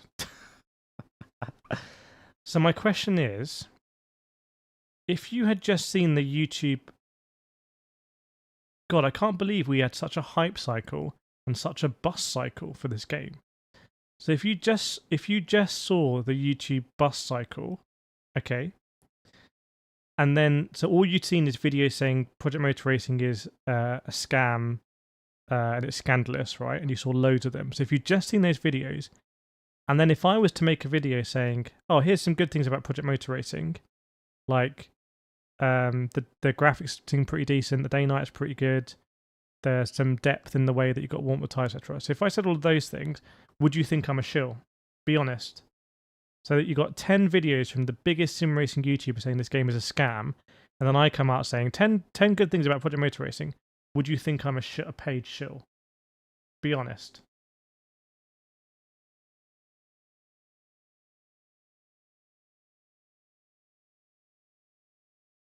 iPhones have the best video in the business.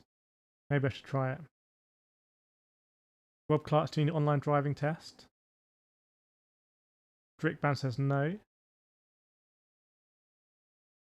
Summit, we're not going to start any hype cycles here. Welcome, Just Roll. Yeah. Batsman says no. Mia says, I really thought this would be a really good sim. I'd love to sim, but I really wanted more. But let us know what you wanted. Yeah, okay, so true. I have a track record of saying it how it is. But you guys all know me. So if there's someone that doesn't know me... Sorry, can I rephrase that? Can I rephrase it? Let's say you didn't know me. Oh, no, just forget it's me. Let's say... Okay, it's actually more interesting. Let's say another YouTuber tomorrow does a video on 10 good things about Project Motor Racing, and you don't know anything about them, would you think that they're a shill? Because my point is that if there's a proportion of people that think that person's just baiting or something, that person is unlikely to make that video, I reckon. Now, the thing is with me is that it doesn't really bother me. I'll kind of do the videos. But I just find that interesting that I seem to be so counter the narrative here. Like, I was telling people, don't hype this game. I don't understand this game before it came out when it was hyped. Then it's come out being trashed, and I'm like, no, these cars aren't undrivable to me. I can drive these cars and have fun. So, just isn't it an interesting journey, this one?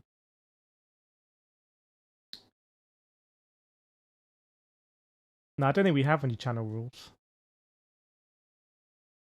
But yeah, anyway, I appreciate everyone. If you do see me on the forums, feel free to back me up, because sometimes, for example, if I was to make a comment on a forum saying, actually, I think the Alpine's probably the easiest hypercar to drive, which it isn't at the moment, because I think that was oscillating. But if I was to say, like, oh yeah, the Valkyrie's a lot easier to drive now, feel free to back me up, because I think if you believe what I'm saying, by backing me up, it's just presenting more of an accurate picture to people. And ultimately, what I really care about, what I care about the most, is the person who has saved up to buy a game, and I don't want them getting a different experience to what it is in reality.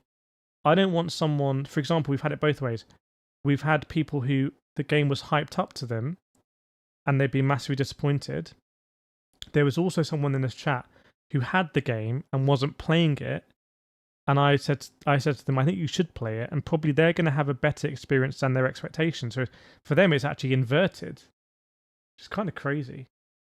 I also find it crazy that Project Motor Racing haven't chatted in these streams and tried to explain things. I find that a bit old school. Like, I'm sure in 10 years' time, for a launch like this, the game team would be in all the streams, like chatting. So maybe we're a bit ahead of the curve. Right, tomorrow I'll be doing Qatar sprint race. I'll be doing Qatar qualifying. And Sunday I'll be streaming Qatar race, so feel free to join me for that.